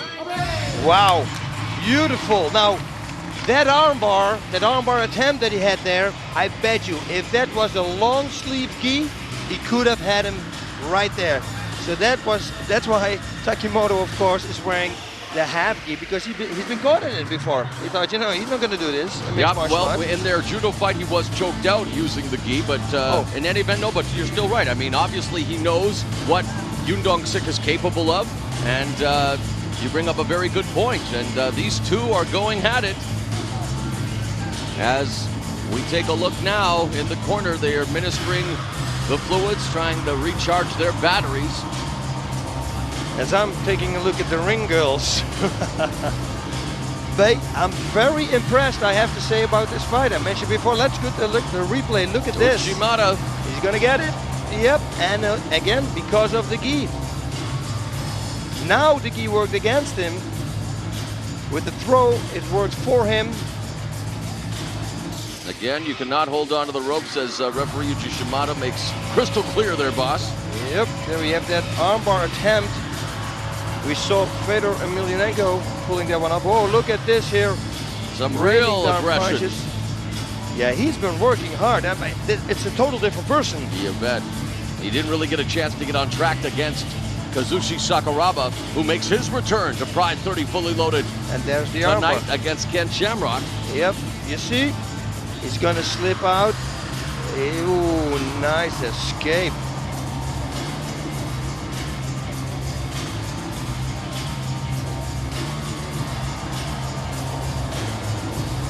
And again, as Hidehiko Yoshida shutting out a few more instructions to Makoto Takimoto, preparing him for round number 2. Yoon Dong-sik, known as the unfortunate Judo King, because though he had all the skill in the world, he missed his opportunity to be the Korean representative in various events due to decision losses and some politics. But now he wants to make a mark in MMA. And so far, he and Takimoto giving it all they've got here at Saitama Super Arena. And he said it in the interview, you know, he said, last time I didn't look good when I came home. The people were kind of disappointed in my hometown, in my country, and he said, I'm going to make a mark now. I'm going to show nice a right different hand. person. Whoa! As Takimoto misses. No, you're right. I mean, pride is a very big thing to the Korean people, and Korea, a big supporter of Pride Fighting Championships, and Yoon Dong-sik, a chance to be a Korean MMA hero, especially if he's able to knock off a gold medalist and, of course, a Japanese star in Makoto Takimoto. He should push him against the ropes and then use the bounce effect to throw him.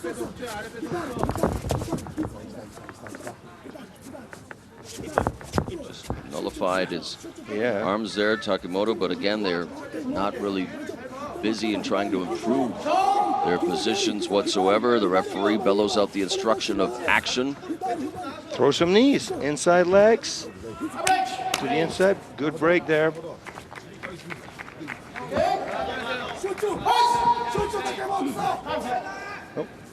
Just his glove there with the glove.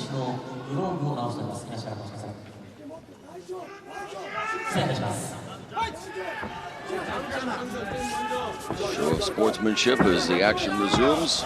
Interesting to see them in their stances here, boss. They want to definitely engage in a stand-up. Nice combination now by Takimoto. It looked like he was going to go for a knee, changed it to a left roundhouse in mid-trajectory.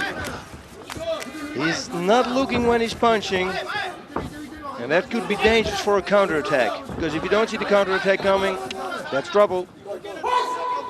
Displaying plenty of heart are Yoon Dong-sik and Makoto Takimoto.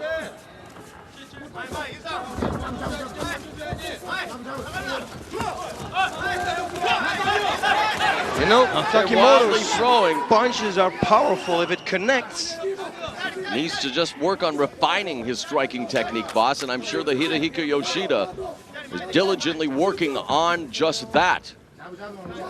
And you know, you talk to Yoshida, and we've had opportunity to do that, and coming from the world of judo, boss, there is a distinct difference from where you throw your strikes to striking in MMA, the pivoting, the timing, Yeah, the stance, everything is different. 2.5 minutes, round number 2. So we're half down here. Whoa, look nice at that. Roundhouse by Takimoto.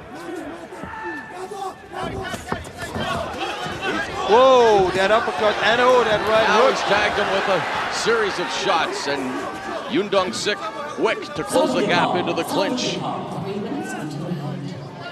2 minutes remaining now in round number 2. Each of them, perhaps your boss, just wanting to take a breather after expending a lot of energy and power on those shots. Many of them wild, not a lot of them scoring. Yeah, that's going to be a break. He's grabbing the gi here. See what he's going to do with it. Nope, no chance to do anything with it. What would you do to mix things up here, boss? The striking is there, but again, 2 judo practitioners. What would you try to do to surprise your opponent here? Go for the body and then go to the head. Mix it up, or the other way around. Everything, all the attacks are pretty much the head. It's pretty easy to defend. Put your hands up. No, you got to take his hands down, so attack the body. Both of them known for their submissions as well. It's interesting to note that not a lot of takedown attempts are being seen thus far, as they just want to unload. Yeah, but again, it's all to the head. You're right, they're not mixing it up. Not even a lot of kicking here, but in any event, in the last minute of round number 2, we'll see what transpires here between Takimoto and Yoon Dong-sik. Nice left and right there, but he's leaving himself wide open, and he gets tagged as well. I wanted to say exactly the same thing. His chin is way too much up. Yoon Dong-sik is going to try to get out of that half guard again. You cannot see it from here, but I just saw it from the camera angle. See, I know it. He's giving it up. And again, he should crossface. Judges will be looking for effort to finish the fight by knockout or submission, damage to your opponents, takedowns and takedown defense, and aggression. And there is the end of round number 2. Whoa, yep, there's the music. I was waiting for it, because that means that the ring girls are jumping in again. Hey, I'm wondering if the ring girls are going to wear that new Pride gear that's going to be sold on pridefc.com the next time, maybe, huh? New Year's Eve, come on. give us some surprises. PrideFC.com is the place to check out on a regular basis for merchandise and, of course, for information on your favorite fighters. DVDs are going to be released over the next little while, and talk about things that are released. These two are releasing plenty of shots, boss, but not a lot of them really scoring. No. Takimoto, though, came a few times with the right uppercut, had a hit, and then he came one time with that right hook. That's that right hook. But you got to give him an A for effort. Oh, yes. And even that kick. They said that they were definitely going to showcase their MMA skills because it's now mixed martial arts. It's no longer judo. And yeah, they want to go to town with these punches and blows. And you never know what's going to happen in round number 3. Will one of them fall? They are just going for the fences there. Yeah, that's just like, I don't need any defense. Let's just brawl it out. Yep. Yeah, I guess they've never heard the adage, the best offense is a good defense, but they are just, like you say. It gives an entertaining fight. That's one thing for sure. For sure, and we should be in for an entertaining final 5 minutes as you take a look in the corner of Makoto Takimoto. Looking in good shape there. Yep, and there is Yoon Dong-sik of Korea, who we've told you at one time won 47 straight matches in his judo career. In July of 2001 is when he retired from international competition after the Munich World Masters, where he won the bronze medal. He then became a teacher in judo as well as a TV commentator for judo events. So a very multi-talented individual, Yoon Dong-sik, and now wants to put the finishing touches on this, the 3rd round, and hopefully pull out the victory. Of course, Takimoto wants to pick up a win as well. Of course, now with the perspiration of heading into round number 3, is the gi going to cause any discomfort whatsoever to Takimoto, boss, with the amount of sweat and the extra added weight, if you will? No, the weight is not going to be extra added because it's already in the body. It's only going into the gi. So if but you jump the discomfort of the discomfort sweat for and sure. everything else. Absolutely. And you know, I could never understand it because your skin can't breathe. If you fight without a gi, I bet your stamina is better than with the gi. That's why those the judokas, they're so tough because they're always fighting in a gi. The belt around the waist, if that thing is too tight, you can't breathe freely through your belly. That's also discomfort. Now the knees begin to fly in the corner. Yeah, and which should, because now people, you know, stamina problems starting to kick in. That's the moment you want to attack the body. Looking for the trip takedown there was Makoto Takimoto. Now going to the body again with a couple of knee strikes.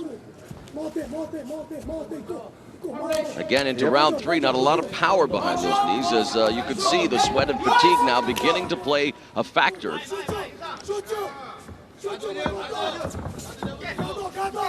Minute and a half gone in the final round.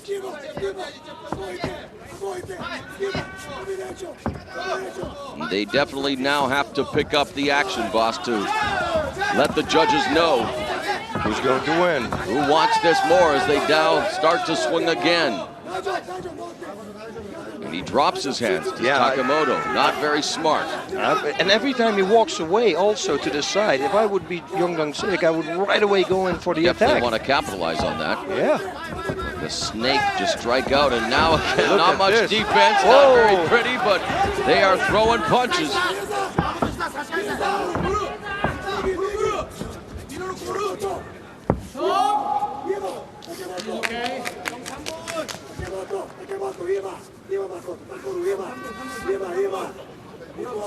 And obviously, after fighting for a good 15+ minutes, the fatigue becoming a factor, but Takimoto tries to throw some knee strikes. Yoon Dong-sik with a knee strike of his own, but again, they remain in a clinch here and just bullying him into the corners, Takimoto, but they have to go for a takedown here, boss. They have to start imposing their will and acquitting themselves. Because this stalemate is not going to be impressing the judges. This, what I just wanted to say, start raining knees on the thighs. Hard knees. Load them up. Aim with the knee cap, not with the thigh. Trust me, it will hurt. It started off very entertaining, the first 10 minutes. The middle round, still some offense, but in the third round, they are struggling here to close out this fight, and hopefully Takimoto and Yoon Dong-sik still have something left in their tank, boss, to try to pull this out in electrifying fashion. Now Yoon Dong-sik has Takimoto along the ropes. Yeah, but it's every time the same. You see, if they're gonna keep doing this, Yuji Shimano every time will break it up. You see Maha Sakurai in the crowd, taking in the action. And what a performance he has had in 2005. You talk about this theme being starting over in Japan for Pride 30 Fully Loaded. Well, 2005 marked a starting over for Hayato Maha Sakurai. And his year isn't over yet. Yep, that was a little low, I believe. Let's take a look at the replay. I am sure that they're going to show it to us.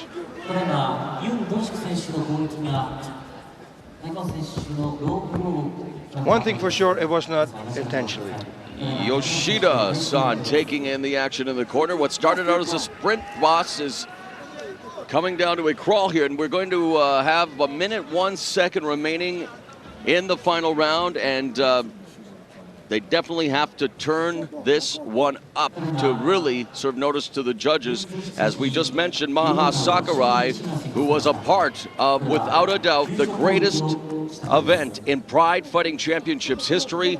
And in case you missed it, you'll have another chance to see it in the month of November. We've had a yellow card being issued to Yoon Dong-sik. There is Kazuhiro Nakamura. And speaking of Bushido, the tournament, log on to pridefc.com for the dates and times in November and set your VCRs because you do not want to miss Bushido, the tournament. It was an unforgettable event, boss. Unforgettable. 14 fights, all of them worth seeing again. I had not heard one bad thing about that whole event. People were just raving. Dates and times available at pridefc.com. Don't miss Bushido the tournament. The replays all coming up in the month of November. We are down to the final 60 seconds, and they begin to let the fist fly one more time. Here we go, boss. Yep. They got to do, ooh, he got caught there with that right hook. Yoon Dong-sik is that, he got caught. Now it's Takimoto raining in those right hands as he's trapped that arm. And it's Takimoto knowing what's at stake and definitely listening to Hidehiko Yoshida in the corner. And perhaps, boss, this is just enough to pull it out for Makoto Takimoto because this is what the judges look for, effort to finish the fight. And that's what he's trying to do right now. He's got to pull himself out, though. As you can see, Takimoto's holding his gi with everything that he's got because he doesn't want to give him the space to hit. But again, let's not forget that in Pride Fighting Championships, the fight is judged in its entirety. Looks like he's setting up an armbar, and if he wants... And we are going to the judge's decision. So again, a close affair and some good sportsmanship there as these two former judo rivals do it one more time in Pride Fighting Championships. Yoon Dong-sik, Makoto Takimoto, boss, your thoughts on that 20 minutes of action? I thought it was a great fight. The last round, okay, it was a little slow, but listen, man, the first two rounds, they were hard. They went fast.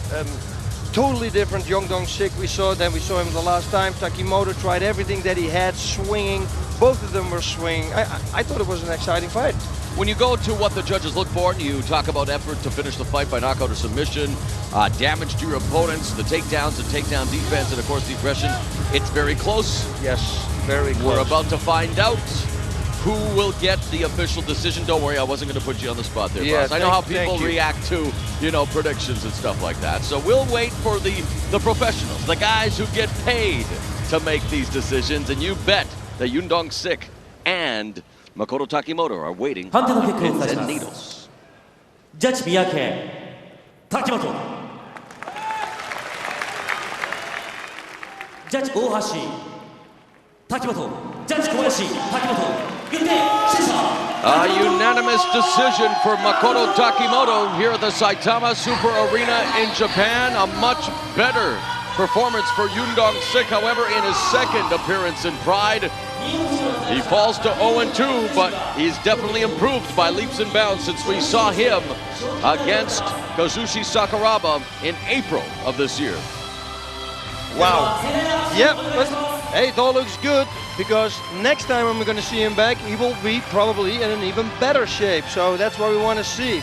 And there is a member of the Yoshida Dojo we just saw there, Kazuhiro Nakamura.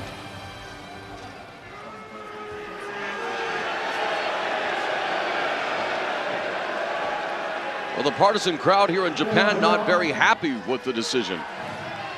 Hello there.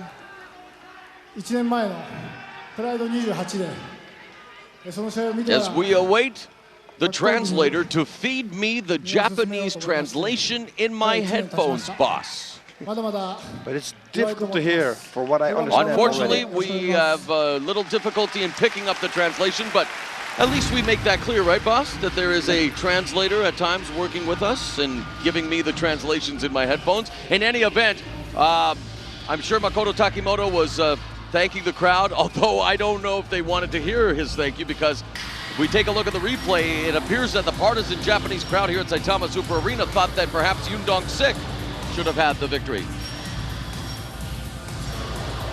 Whoa, look at this.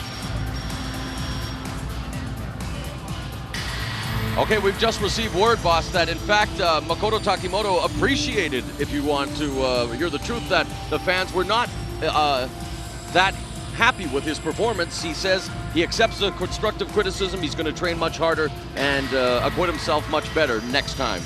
Whoa. Even though he picked up the win. There are chokeouts. It's over. There are tap-outs. And there are submissions you won't believe. For the first time ever, Pride Fighting Championships has assembled the best submissions on one pay-per-view. If you love the sport of fighting, you've got to see Pride Fighting's Hardcore Submissions Volume 1, premiering December 9th on pay-per-view.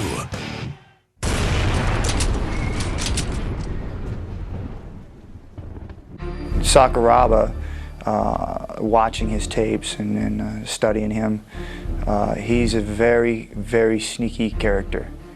He has a lot of personality. Along with his personality, he brings that into the ring. The way he fights, he controls. He's a very good ring general. He likes to control the ring. He likes to control the pace of the fight. He wants to try and slow you down, or speed you up, or to just get you out of your comfort zone. So there's a lot of things that he does well that going into the ring that I've learned. And I look, when me and him get in there and fight, there's going to be a lot of experience in that ring, and it's going to make for an exciting fight. You know, I'm healthy. Things happen in your career, and you can make a million excuses, but the bottom line is you go out there and you put out your best effort, and things sometimes just don't fall the way you want them to fall for whatever reasons. But in this fight, I feel good. I feel healthy. My training's been going well. My conditioning is good. So, I'm going out just like I do any other fight, man. I'm going out to win.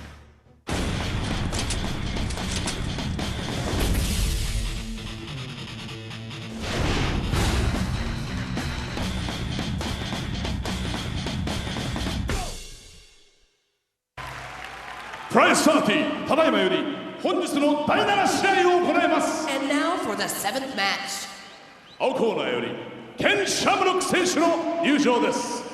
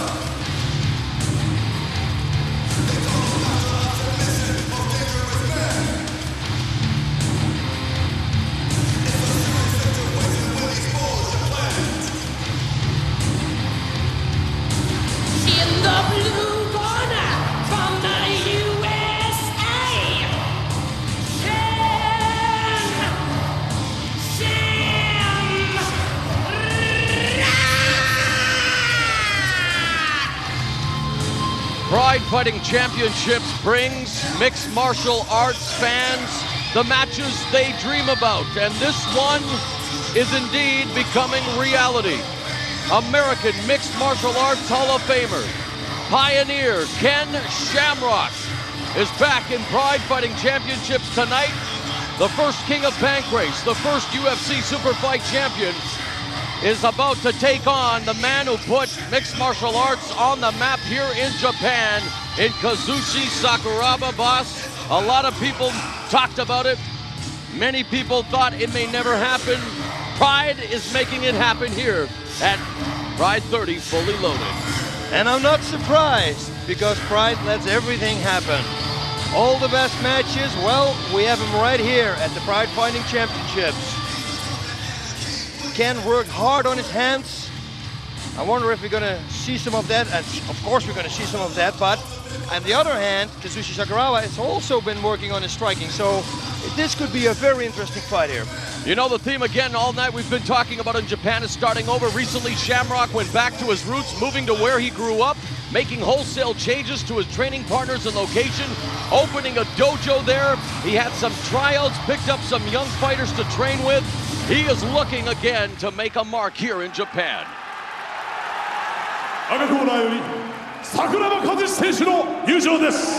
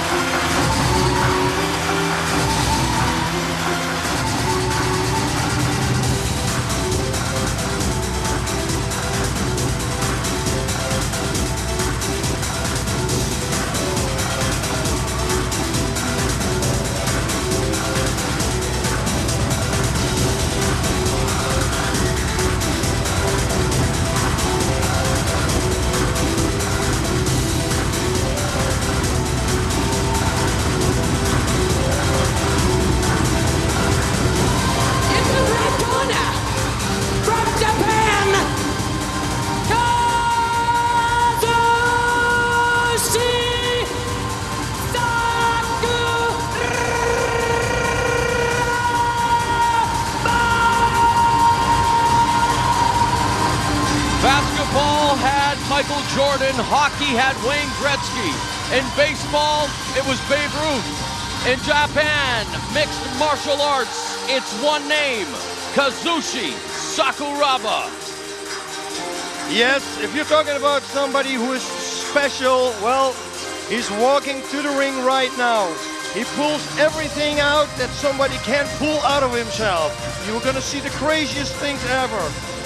Flying arm bars, punches, kicks. God knows what he's going to do now with flying knees, coming training with the Shootbox Academy. He embodies everything that a mixed martial artist is about. Fighting spirit, heart, courage, the never say die attitude. He's the man who put Pride Fighting Championships on the map. The only man to beat 4 members of the highly regarded Brazilian family, the Gracies. He is a reason that the Saitama Super Arena continues to rock with electricity.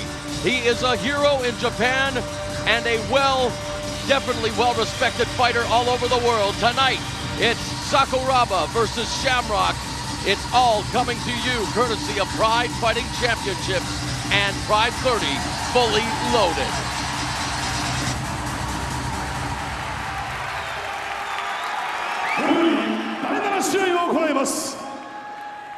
Our corner, 184 cm, 92.6 kg, Ken Shamrock! Ken Shamrock is 41, 6'1", 205 pounds. He's 1-2 in Pride Fighting Championships. 180 cm, 92.4 kg, Sakuraba Kazushi! Kazushi Sakuraba is 37, 6 feet tall. He is 190 pounds, 16-8-1 in Pride. And you talk about making a connection, boss. He went to Shoot-a-Box, and who is in his corner tonight but Rudimar Fedrigo and other members of the Brazilian Shoot-a-Box Academy. Wow, that shows what's the fight, the mixed martial arts world is all about. Friendship. Hey, if you can't beat him, you join him. That's what they say. That's what Kazushi Sakuraba did. Dream matchup, legend versus legend, and it's underway. Ken Shamrock came out right away, Right. Sakuraba ghosting him with that feint of a knee attack. Shamrock again, starting it all, 93. The UFC, of course, a veteran of pancrase just like you, my friend. Sakuraba has done it all in the world of mixed martial arts and hoping to extend his legendary career with a victory here tonight. And we're in the feeling out process here. You see, Ken Shamrock's real light on his feet. Whoa, both of them.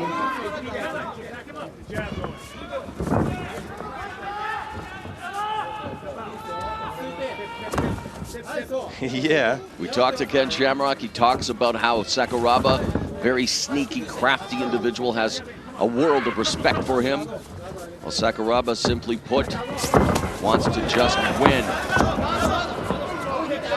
Dropped his hands there momentarily, boss. Yep. While Ken is keeping his hands nicely up there.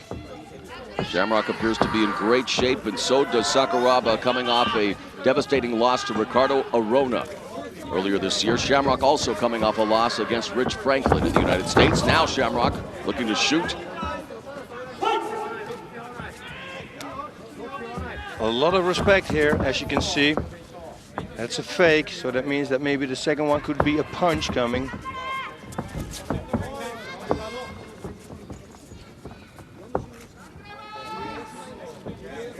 Both fighters knowing that they cannot make a mistake. Shamrock did a lot more work on his stand-up for this fight, a lot more sparring. He watched Sakuraba's last 4 fights on tape, feels, as we mentioned, very crafty even when he's injured. He says Sakuraba's dangerous. And when is Sakuraba ever 100% healthy, boss? Yeah, isn't that crazy? It looks like he's always fighting with an injury. Just again, a testament to the warrior spirit, the samurai spirit of Kazushi Sakuraba.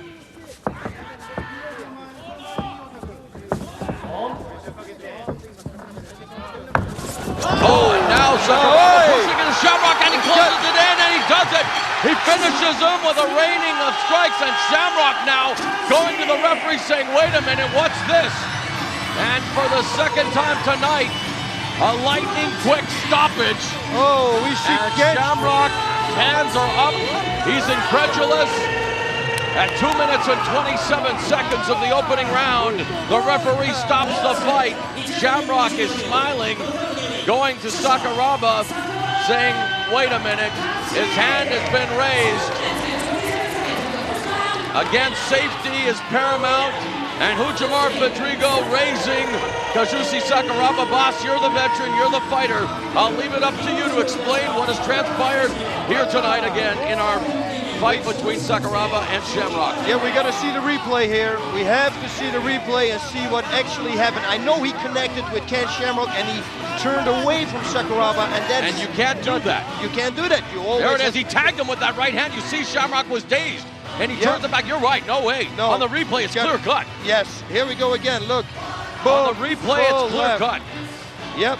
No, it's over. That was a great stoppage by the referee upon second look. A tremendous stoppage. Yep, but as you can see, Shamrock falls in the ring. At the moment that Sakuraba gets up, he right away jumps out, but still, you are absolutely right. You're right, great stoppage, and I think once Ken Shamrock has a chance to review the tape, he's a professional, a truly classy act, and a great ambassador of the sport. He does pop up. But you know what a flash knockout is like, boss, and please explain to the crowd who is probably at home right now in disbelief, screaming at the TV even. Tell us what this is all about, what happens to a fighter. What it's all about is the safety of the fighter. You know, we want safety of the fighter, and he gets clocked. What is happening to Shamrock when he does go down, and why is he able to come back just like that? As we listen to Sakuraba, we're going to get you to explain that, boss. All right. Thank you very much. I trained very hard. I am going to train harder. And the crowd here is electric, and they are raucously cheering on the return of Kazushi Sakuraba, making short work of Ken Shamrock. And you know who was more happier than Sakuraba, it seems, were members of the Shootabox Academy. Oh, yes. Here we go one more time. And again, please, boss, if you can, because I know there are going to be people who are going to dispute this stoppage. Yeah, but you know, he turned his back to Sakuraba. And once you turn your back and you don't defend yourself, the referee steps in because he doesn't simply doesn't want the fighter to get hurt. But it's for the safety of Ken Shamrock. You're going to agree, though, Shamrock was out, even momentarily. He was out.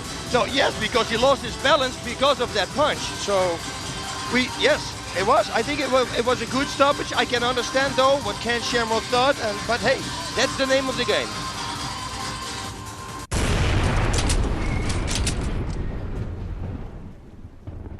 So how upset are you that the fight was stopped? I'm pissed off. I mean, this is ridiculous. I mean, we had one fight earlier tonight that was stopped on a crazy knee. Then tonight, guy hits me with a punch, knocks me down, I'm off balance. Watch the tape. I'm falling backwards. I fall on my ass. I go to get back up. He doesn't even hit me when I'm on the ground. And every other fight I've been in, when I fought Atsuka, I knocked him down, I stopped. They said, no, keep fighting. You have to punch him. You got to finish him. Don Fry.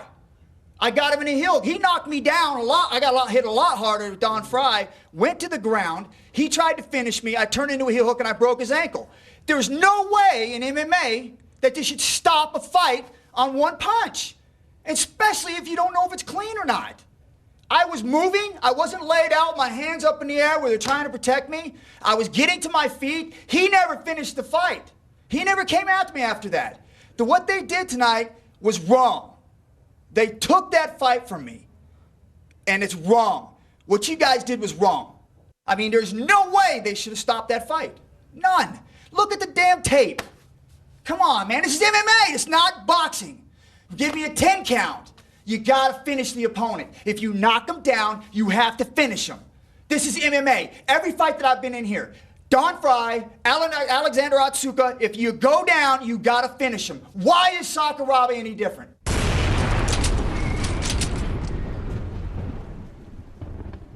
Yeah, that was good. And Cro Cop misses with the left high roundhouse and finds himself on his back. Yeah, and this is where Judge Barnett is in his element. Now let's see what Mirko Cro Cop trained for in the last 2 months. He's worked with Fabricio, the Brazilian Jiu-Jitsu world champion from Brazil. Barnett 32-1 in MMA, the only blemish, a loss to Pedro Rizzo at UFC 30 where he was knocked out. Of course, earlier this year, Cro Cop was knocked out in the first round of the Pride Heavyweight Tournament. What's going on? Wait, what happened? What the heck is going on? Something happened. Judge Barnett was stepping. I don't know what. Talk about an anticlimactic finish to what was one of the most anticipated mixed martial arts battles of the year. At only 46 seconds, Josh Barnett taps out. Mirko Cro Cop is your winner. It was a fluke, and you know, if he had any favors with God, he cashed them all in that night so that he could escape the ring. This time, you know, he's all out of luck, he's all out of miracles, and I'm not letting him get away. And if he does, you know, I'm taking one of his limbs back with me, putting it in my carry-on baggage, getting it bronze, I'm giving it to Matt. He's got a bad attitude. I've seen him do, you know, more than one thing, not just in reference to other fighters and things he says, but I've seen him do things to fans. I've seen him, you know, have a bad attitude to media and personnel office, and you know, I don't like the way he does things. I mean, there's getting a fight going, there's getting interest, there's getting some character and creativity, and then there's just being an ass. So there's not really too many people in this sport that I have any beef with or any sort of personal problem. And in fact, the more verbal sparring that we can do, the better. And I'm not going to take any real offense to any of that. But you know, man, he means what he says, and he's as arrogant as they come. And I just, you know, that's one of the things that really gets to me. So I feel like maybe I should be the one to wipe it off.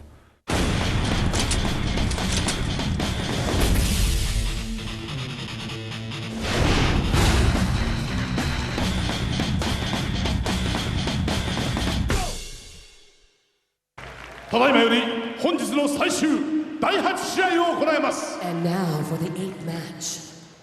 青コーナーよりジョシュ・バーネット選手の入場です。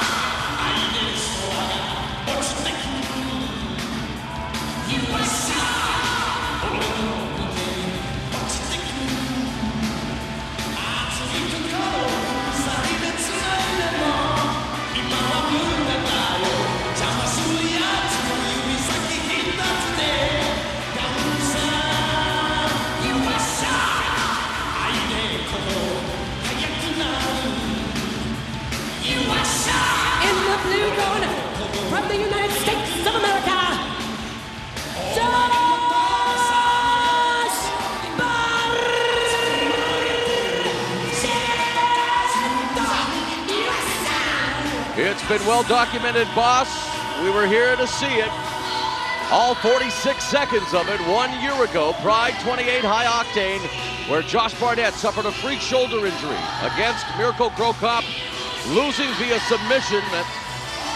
His shoulder was operated on by a team doctor with the Seattle Mariners near his hometown there in Washington State. And then the war of words began. Yeah. He says that Cro Cop lives off his wins, has no personality or humanity behind him, doesn't think Cro Cop is ready to be a champion. And how does this sound, boss? He even met with Cro Cop's ex-manager in Seattle and discussed fight strategy and other things about the Croatian sensation. Now, of course, you heard from the baby-faced assassin prior to this fight. Unfortunately, conspicuous by his silence was Mirko Cro Cop. Yes, Mirko Cro Cop didn't want to make any comments. He said, I just don't like interviews. I said my things. I do my talking in the ring. And yeah, but he did say something to you about a baby-faced assassin. Oh, he said that he really didn't like him. That he talks way too much. Our corner, 191センチ、125キロ、Josh Barnett! The babyface assassin Josh Barnett is 28, 6'3", 250 pounds, 0-1 in Pride Fighting Championships. 188センチ、102キロ、Mirko Cro Cop! The newly proclaimed king without a crown, Mirko Cro Cop, 31, 6'2", 215 pounds, 13-3-2 in Pride Fighting Championships. Even though he did not talk before the fight, boss, Mirko Cro Cop, leading into the rematch, called Barnett an arrogant idiot. He said Barnett talked trash prior to their first meeting, but when he saw him in the ring, his eyes were as big as saucers out of fear. Yeah. Well, we're going to find out now. Let's see what's going to happen. They do touch gloves, which is nice to see, and this, what is looked away. tantamount, you bet, which is tantamount to a grudge match, is underway. Again, Barnett says this is not a rematch, it's the finish to the first fight, which went only 46 seconds last October at Pride 28 High Octane. Okay, now let's see what Josh can do then, because he's got great stand-up abilities too. And again, because of the weight difference, the 4-point attack has been allowed by Mirko Cro Cop.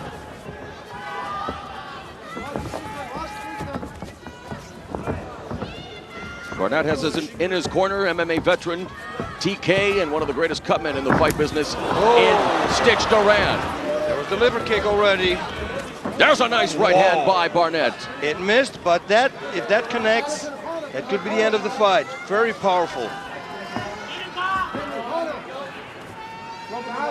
Of course, Cro Cop involved in one of the best heavyweight title fights in MMA history against Fyodor Emelianenko. At Final Conflict 2005, that one did connect. Okay, now he's got his attention. That means do not bring your hands down because Josh will take advantage of that. And Barnett said that he would definitely engage Cro Cop in the stand-up, not afraid of Cro Cop's stand-up game. He went so far as to say that Cro Cop has a glass jaw, boss. I wouldn't say that. I mean, in the fight against Fedor. Barnett, of course, wanting to do whatever he can to win the war of words. Now it's time to win the war in the ring.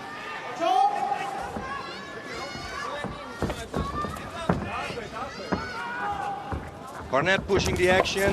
Catches that kick and now has him in the guard. But can he do something with it, like I said in the opening? Has the weight advantage. That's one thing for sure. Look how he sits on him. Very stacking smart. him up, boss. Yep. This is very heavy for Mirko. But Mirko able to push out. Good job by Mirko Cro Cop. Popping back up to his feet, and he really impressed everyone with his ground defense against Emelianenko. Yeah, he received there a left hook from Josh Barnett. Stiff, short left hook. Great start to this fight. Over 2 minutes have already gone.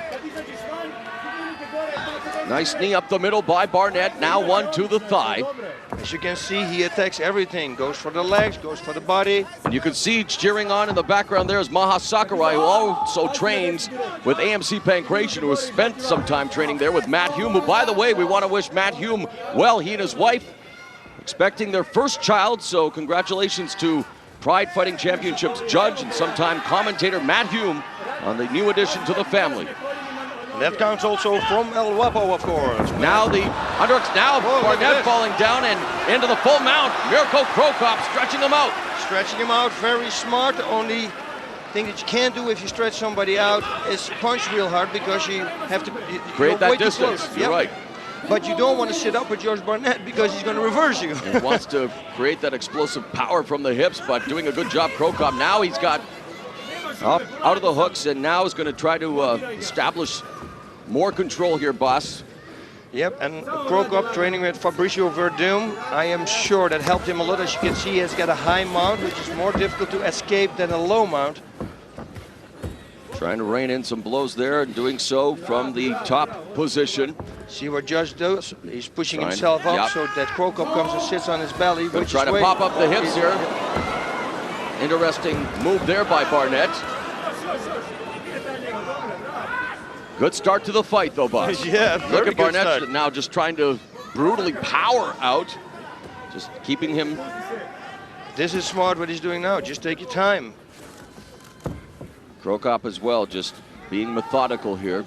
Doesn't want to waste a shot. Yeah, you don't want to stall too long, because otherwise he's going to be back on the feet. Senior official Yuji Shimada overseeing the action. The main event of Pride 30 fully loaded. Cro Cop really should sit high mount now here and start raining down bombs, because otherwise Josh is going to reverse him maybe. There he's posturing now, but you can see Barnett very busy on the bottom. Just parrying those strikes from Cro Cop.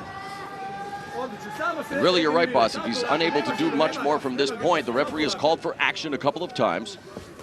Now he's trying to rein in lefts and rights again. We've yet to see Barnett really buck those hips yet, boss. No, because, yeah, he's got a high mount. Yeah, there we go. You see, right on cue. Yep, he heard you. Look at Barnett pulling his, his knee protection up there.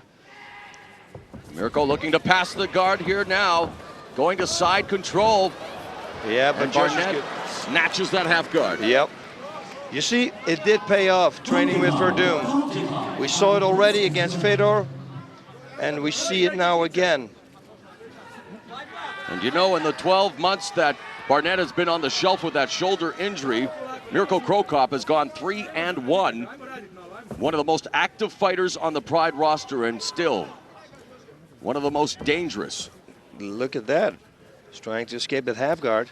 Josh pushed it back right away, of course, like he's going to do it again now. Josh defending well from the bottom with the closed half guard now, and really just keeping Cro Cop at a close vicinity as that body shot was delivered by Cro Cop. Now a hammer fist, again at close distance. Closing in on 4 minutes remaining in the opening round.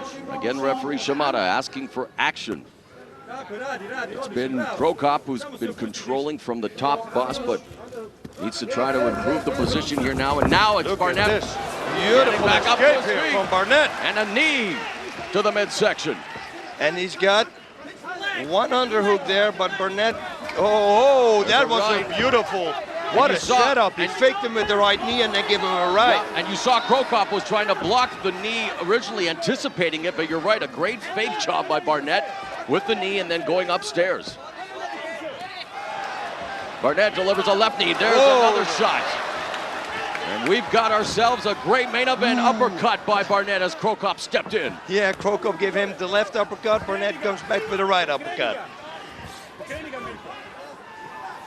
Cro Cop now has Barnett on him in the corner. Body shot delivered by Barnett. Again, he is tipping the scales at 250 pounds. Do not let his physical appearance deceive you. No. Always appears to be in great condition. Nice knee delivered again by Barnett. We talked to Cro Cop before, and again, conditioning, he says, wasn't at his best during the Emelianenko fight, but has definitely worked on that and appears to be back to being the normal Mirko Cro Cop, and a great opening round here between these two heavyweight superstars. There's a takedown attempt by Barnett. Yep, but Cro Cop knows, I don't want to stay 1 second on the ground there. Do not have Josh Barnett on top of you. Look at that.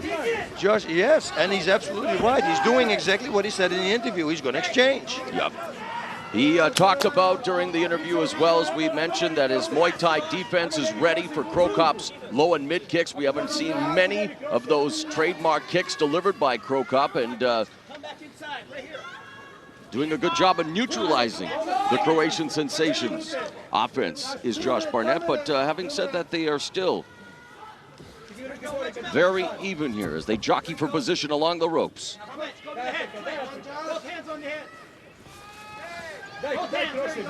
Cro Cop has to push himself away from Josh. They pummel now. And do not let Josh get 2 underhooks.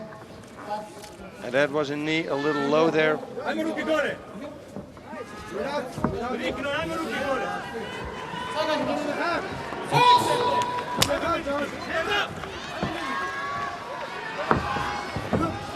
Whoa, hard swinging right hand. But you could see it coming. And again, the knee attacks are great. Good weapon, what he's doing there. Cro Cop is doing great with defending that takedown there. He's got the underhooks. Does not want to get taken down. Last minute of the opening round. Barnett still trying to work his way in to set up a takedown against ropes. It looks like another low blow, and now Barnett is pleading innocence. Cro Cop just walking away, not really feeling much of the effects of what was perceived to be a low blow. There's a wild left and a nice left hand delivered by Cro Cop, who just pushes Barnett away now. Final 35 seconds, a high left kick, just missing. Wow. And now he's looking at the referee again. And Cro Cop's mind, the concentration taken off there a minute as he thought he was hit with another low blow, but he's got to focus on this fight. And Barnett almost taking advantage of the situation there, boss. Yeah, and again, coming in with the knees, non-stop. And I just thought, you know, I saw Josh breathing heavy. I think, whoa, is he tired? It doesn't look like it at all. He's pressing the action. Final 10 seconds of round number 1.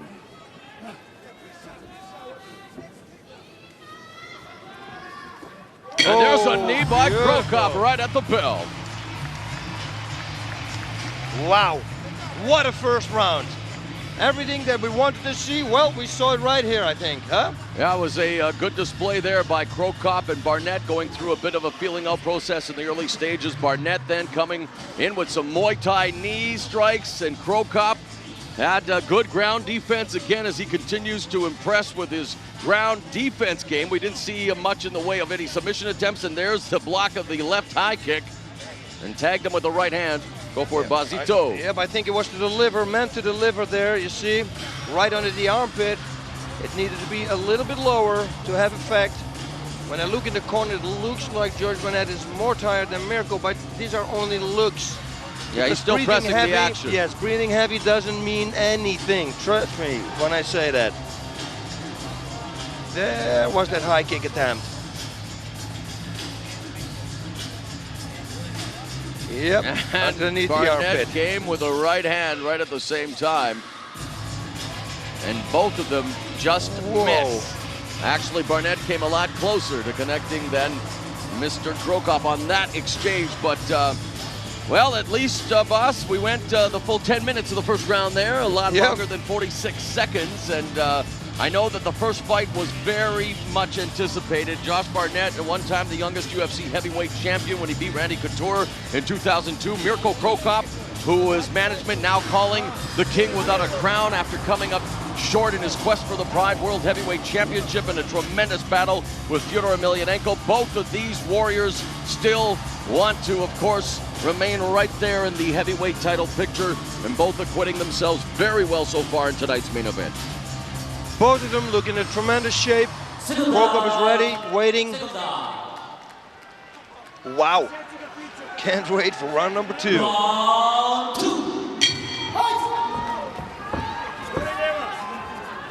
Who's going to connect? That was smart. Go to the body.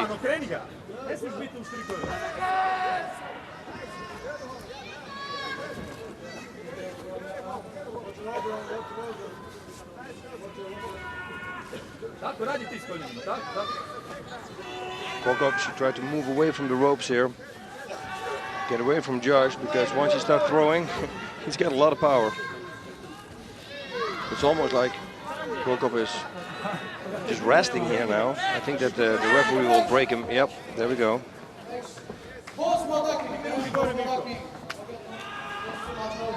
Warning both fighters now as referee Yuji Shimada wants to see action, wants them to engage, and that's what they got now.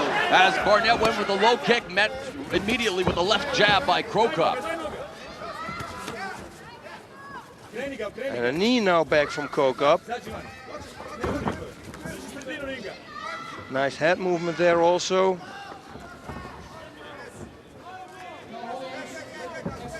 Oh, nice shoulder strikes. That's like the third or fourth time that he's doing that.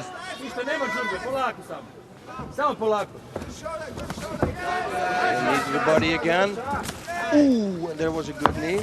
And a right hand by Barnett as they create the distance there. Now a left by the southpaw, Cro Cop.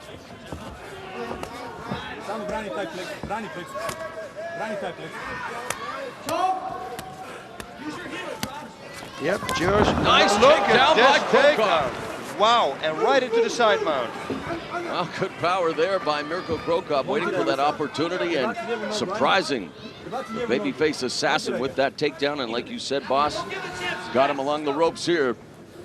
And the corner of Barnett screaming out instructions, but you telling see, him not to give him a chance to rest. Yeah, you see Barnett is holding on to Cro Cop's leg here with his left leg, because he doesn't want to have him in the side mount position, and certainly not in the mount. Although, see? He is there now in the side.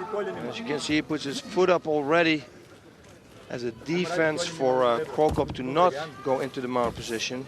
And again, being that close to the ropes, an advantage for Barnett because, well, now he slides into mount position, and you're right, boss, a striker the caliber of Mirko Cro Cop. This is not a position, although throughout the fight so far, we've seen Barnett do a pretty good job of nullifying any real offensive opportunities from the position. Yep. Here we go again. I love this rule. I said it many times, restarting the fight in the center of the ring. It's a low mount now as opposed to the high mount we had Cro Cop in earlier in the fight, boss. Yeah, he's got to keep it high though. Barnett's corner telling him they'd like to see him finish this on his feet. First of all, has to sweep the Croatian sensation, the king without a crown, Mirko Cro Cop, who now tries to create distance, posture, and land that left. He's got 2 minutes left in round number 2. Now some ground and pound. Now he bucks the hip. Barnett trying to scramble underneath. But the hooks of Cro Cop are in firm. Very good balance here from Cro Cop. Wow, and we knew he was way better on the ground when we saw him against Fedor, but against Josh, he's doing a great job here. But again, needs to continue to work to improve the position, boss, and Absolutely. what the officials look for to go for a submission or the ground and pound. Of course, Barnett needs to remain active as well, trying to sweep, reverse, and of course, much easier said than done. Although there, he does knock Cro Cop off. It looked like Cro Cop just immediately got to his feet anyway. Yeah, he doesn't care. And it appears there's something wrong with Mirko Cro Cop's right eye. Right kick coming to the head. Look at him, he's blinking there, boss. Was he hit with a strike, or he's now trying to pass guard? Now north-south position, very dangerous. This is very dangerous because this is where the knees come in. But you see right away, he's holding tight on, Josh is holding tight onto his leg, so he can't move it. And he does have difficulty with that eye, boss.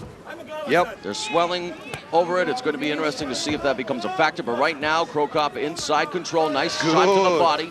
Yep. That's very smart. 25 seconds now remaining in the second round. Time brought to you by Boss Rudin and Manello in stereo. There's a nice knee to the face, boss. Very good positions, but what can he do in 10 seconds? He really needs to work now. It's looking like he's going for it's been reverse figure four or a figure four almost. Yeah, it's been a calculating fight so far. I mean, by no means has it been slow. It's been a great fight, but you can tell that I think both of these guys now are saving it for this third and final round because they definitely now need to go for the home run, so to speak, because Josh Barnett, Mirko Cro Cop, after 15 minutes, it's been a pretty even affair. Yeah. And look at Cro Cop. Yeah, he's still blinking with that left eye. Yeah, I mentioned it. He's had problems with that eye throughout the second round in any event.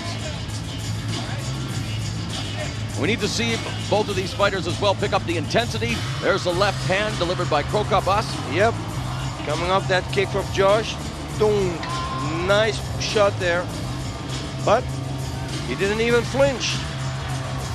There's the mount position. Very smart, and I always say this, if somebody is in mount and they start punching you, the only thing you need to do is buck up, and as you can see, Josh does that perfect. Knee to the head, but partly blocked there by Josh Barnett. Boss, here's a question for you. No matter how much rest time you get in between fights, like we've said, Mirko Cro Cop, as there's Maha Sakurai on the screen, and talk about a guy who's rediscovered his fighting career. Oh, yeah. Mirko Cro Cop has been so active over the last couple of years. We noticed the Fyodor Emelianenko fight, that was an epic struggle. Tonight, again, going in a tough battle with Josh Barnett. Is there just such a thing as a natural breakdown of a fighter after so many fights, boss, that you just need an extended period to recuperate, or can you just continue at the pace that Mirko Cro Cop is fighting at? Yeah, apparently you can, because Mirko looks very, you look at him he's standing there, he feels great. But it's not the same dominant Mirko Cro Cop or the intensity that we've seen in other fights. And that's again, true, but it's against Josh Barnett. True enough, but it's he's pushing the fight. He's pressing the action. It's just very difficult fighting backwards. Yeah, you see it on the face as well, and it appears to be that we're going to see what happens here in round number 3. I have a feeling that Cro Cop now will start landing the high kicks. And Barnett right away bull rushes him into the corner. Cro Cop should pull that leg down, keep it down. Don't let Josh grab it. And again, Josh goes for the thighs with the knees. Well, there's obviously no ring rust, as the man made of stainless steel told us, Josh Barnett. Yeah. And there's a slight cut over the eye. Underneath the eye of Josh, is it underneath? Yes. And they'll tend to that immediately.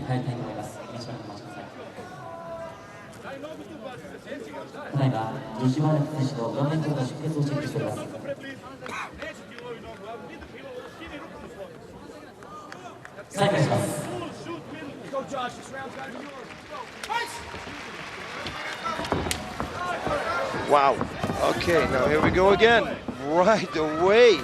Like a matador, he gets out of the way. Liver kick, punch to the head. Oh, he's work on Josh Barnett. Mirko Cro Cop gaining confidence now. Left hook.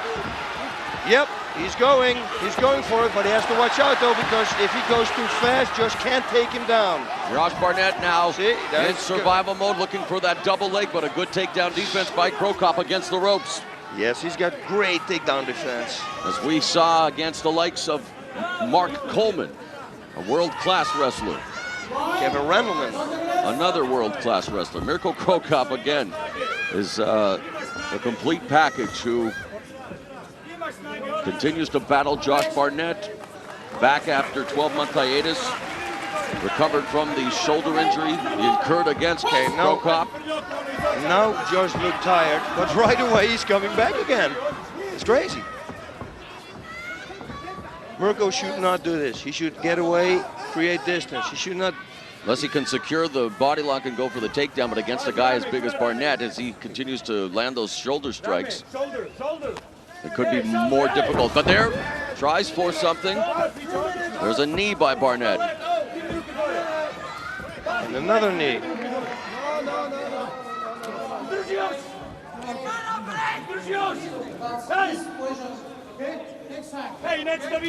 And Barnett now is being warned for those low blows, those low strikes. There's a nice inside leg kick delivered by Barnett. Again, in the same situation here. The body lock. They gotta move. They gotta do something. Body shot here. Even the leg. The legs, good. back to the body, and Cro Cop like just really absorbing it all in the corner.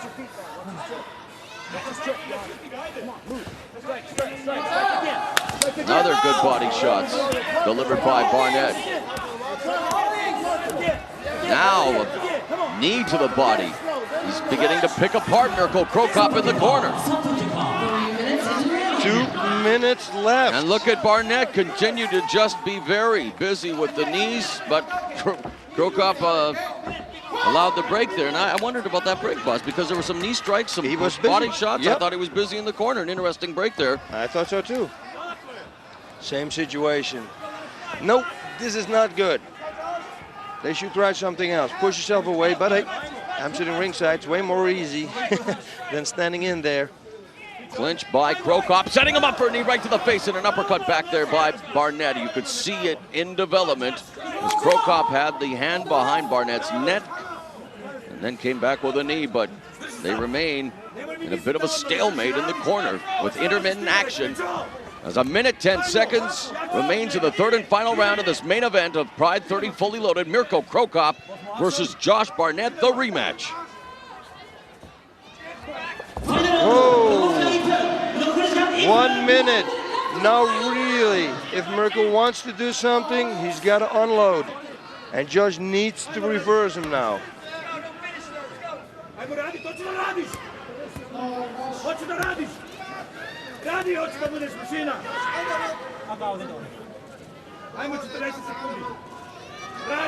Barnett delivered many verbal salvos leading up to this fight. Cro Cop, as he told you, boss, preferred to do his talking in the ring. It's been a very close contest, and we are into the final 20 seconds of this fight. Cro Cop delivers a hammer fist and another one. Fans are yelling out each fighter's name. Yeah, but from this distance, they don't really have effect. Final 5 seconds of the fight. Oh, and Barnett looked like he was going for a leg lock, but it's over. The fight has ended. Mirko Cro Cop raises his arms in victory. Josh Barnett is on his knees, getting, well, he'll remain there. I thought he was going to get to his feet, but it looks like Barnett appears frustrated. I don't know if Cro Cop, what's going through his mind. Let's take a look at the replays, boss. Oh, there we have that kick, of course. And there we have the attack, There was a uppercuts, nice punches, everything. Sequence by Cro Cop. He had a few takedowns even on Josh. He had the reversal, he had the mount position twice. Nice kick. He finished strong with those punches because this was the last round. Is this going to count? That could, for sure, that has to play a part. I think Barnett started very strongly the first round and a half, but it'll be interesting to see what happens. They touch gloves in the center of the ring as we continue to look at the replays, so some great sportsmanship, and really that's what it's all about. Who will win the rematch between Cro Cop and Barnett? We are all about to find out. Judge Kobayashi, Mirko. Judge Miyake, Mirko. Judge Aochi, Mirko. Mirko Cro Cop improves to 14-3-2. Josh Barnett falls to 0-2 in Pride Fighting Championships. Both losses coming at the hands of the Croatian sensation, now also known as the King without a crown. Your thoughts, boss, on the main event? I thought it was a great fight. I thought it was a little bit, of a stalemate every time when it was standing at the ropes. Round 1 was the best round, I think, because there was the most action. But once they start doing the clinch work, I thought it was a little less. Styles do indeed make fights. You can see Josh Barnett being talked to now by President Sakigabara-san, Mirko Cro Cop. I mean, Josh Barnett acquitted himself well. His first fight after a year, boss. Let's face it. I obviously frustrated with the defeat, but nevertheless, where does he go from here? What does Josh Barnett feel that maybe he has to do to continue to fight here in Pride Fighting Championships in MMA as Mirko Cro Cop has the microphone. Anything for Barnett? How are you doing? For Barnett? Barnett will come in. No, because you said as Mirko Cro Cop gets the microphone. But I asked her a question. So anyway, do you think Barnett just remains doing what he's doing, working with AMC Federation? Oh yeah, I think he will come back with a bang. I mean, if you after a year have a fight like this against a person like Mirko Cro Cop, well, he doesn't need to be worried. He will be back. He's just frustrated because he is a tremendous competitor, and you're right, a good fight, a good first fight for the comeback. Wow, look at those kicks.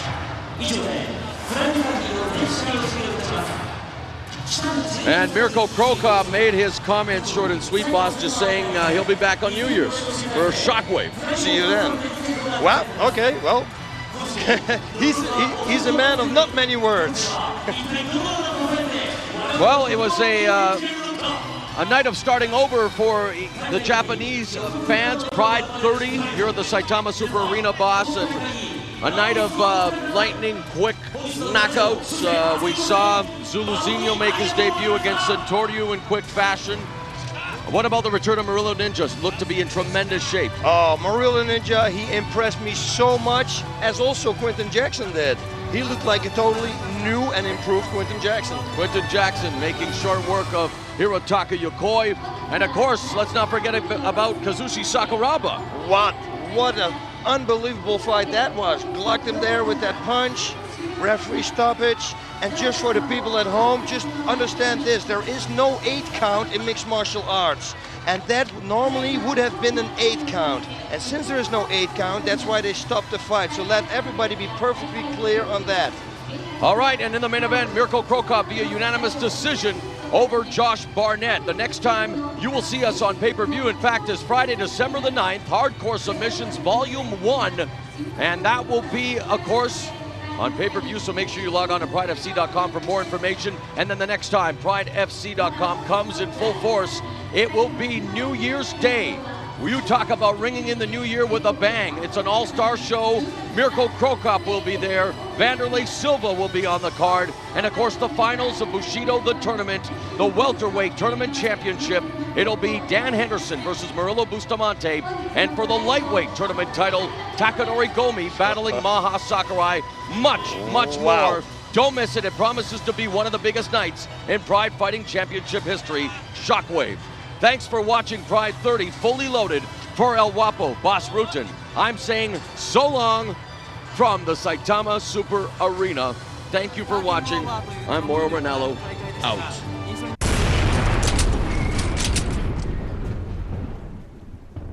Great fight. Obviously a disappointing loss. Talk about it. Just gassed, straight out. Didn't have the endurance to follow through, and really, anybody can get one punch, one tackle, one shot, one takedown. I'm not talking to Japanese. You don't have to call it a tackle, but it's the follow through. So, Mirko's best moments in the match was the one time he threw some combos. Got me off balance on my feet. I couldn't get my footwork underneath me, so I couldn't really use a head movement. But that's follow through, and my muscles I just blew up out there, and he was able to stay. What's the word? He was able to stifle enough in situations that counted, and then try to dance a bit, try and take the clock down and keep his distance. Yeah, there were some times with the punches that if I had that conditioning underneath me like I should have, I know I could have fired some good exchanges in there, and I know I would at the very least. I'm not saying I would have knocked him out, but I would have at least got his footwork crossed up, and I could have landed some better shots. I threw some that didn't have accuracy on them. They were just winged out there. I should have. If I had the conditioning, I'd be in there, be better, but conditioning kills. Do you think you surprised him, though? And yeah, I surprised the shit out of him. The fact that he took me down and mounted me, God, he was surprised as hell. Not as surprised as I was, but you know, right there, standing there, flat-footed, tired, you know, hanging on him. I mean, that's how that happens. It was just slop. Now what? Well, I got to decide whether I want to stick with this or not. I had, you know, I had some injuries. Actually, I had more injuries than I would have expected coming into this, but they, I can't honestly say that they were a real factor. I mean, mentally, they bug you, they get you down, but I could have trained for this fight a lot better than I did, and that's really where it comes down to. I lost this fight in the gym, not in the ring. So, you know, I can say, yeah, I remember that one point where I did this to him, or, you know, that his left leg is going to be killing him tomorrow. That don't matter. You know, I didn't take care of business in the gym, and I gave this is pay-per-view, right? Shit-ass performance. Kids, cover your ears. And, you know, this is going to haunt me. As far as I'm concerned, this could pretty much be the end of all of it, with bar none the worst fight of my career, to me. Fans seem to like it a lot. I'm sure in America they'll get lots of fodder to talk shit about me since they love to do that. But they're spelling my name right. We'll write it.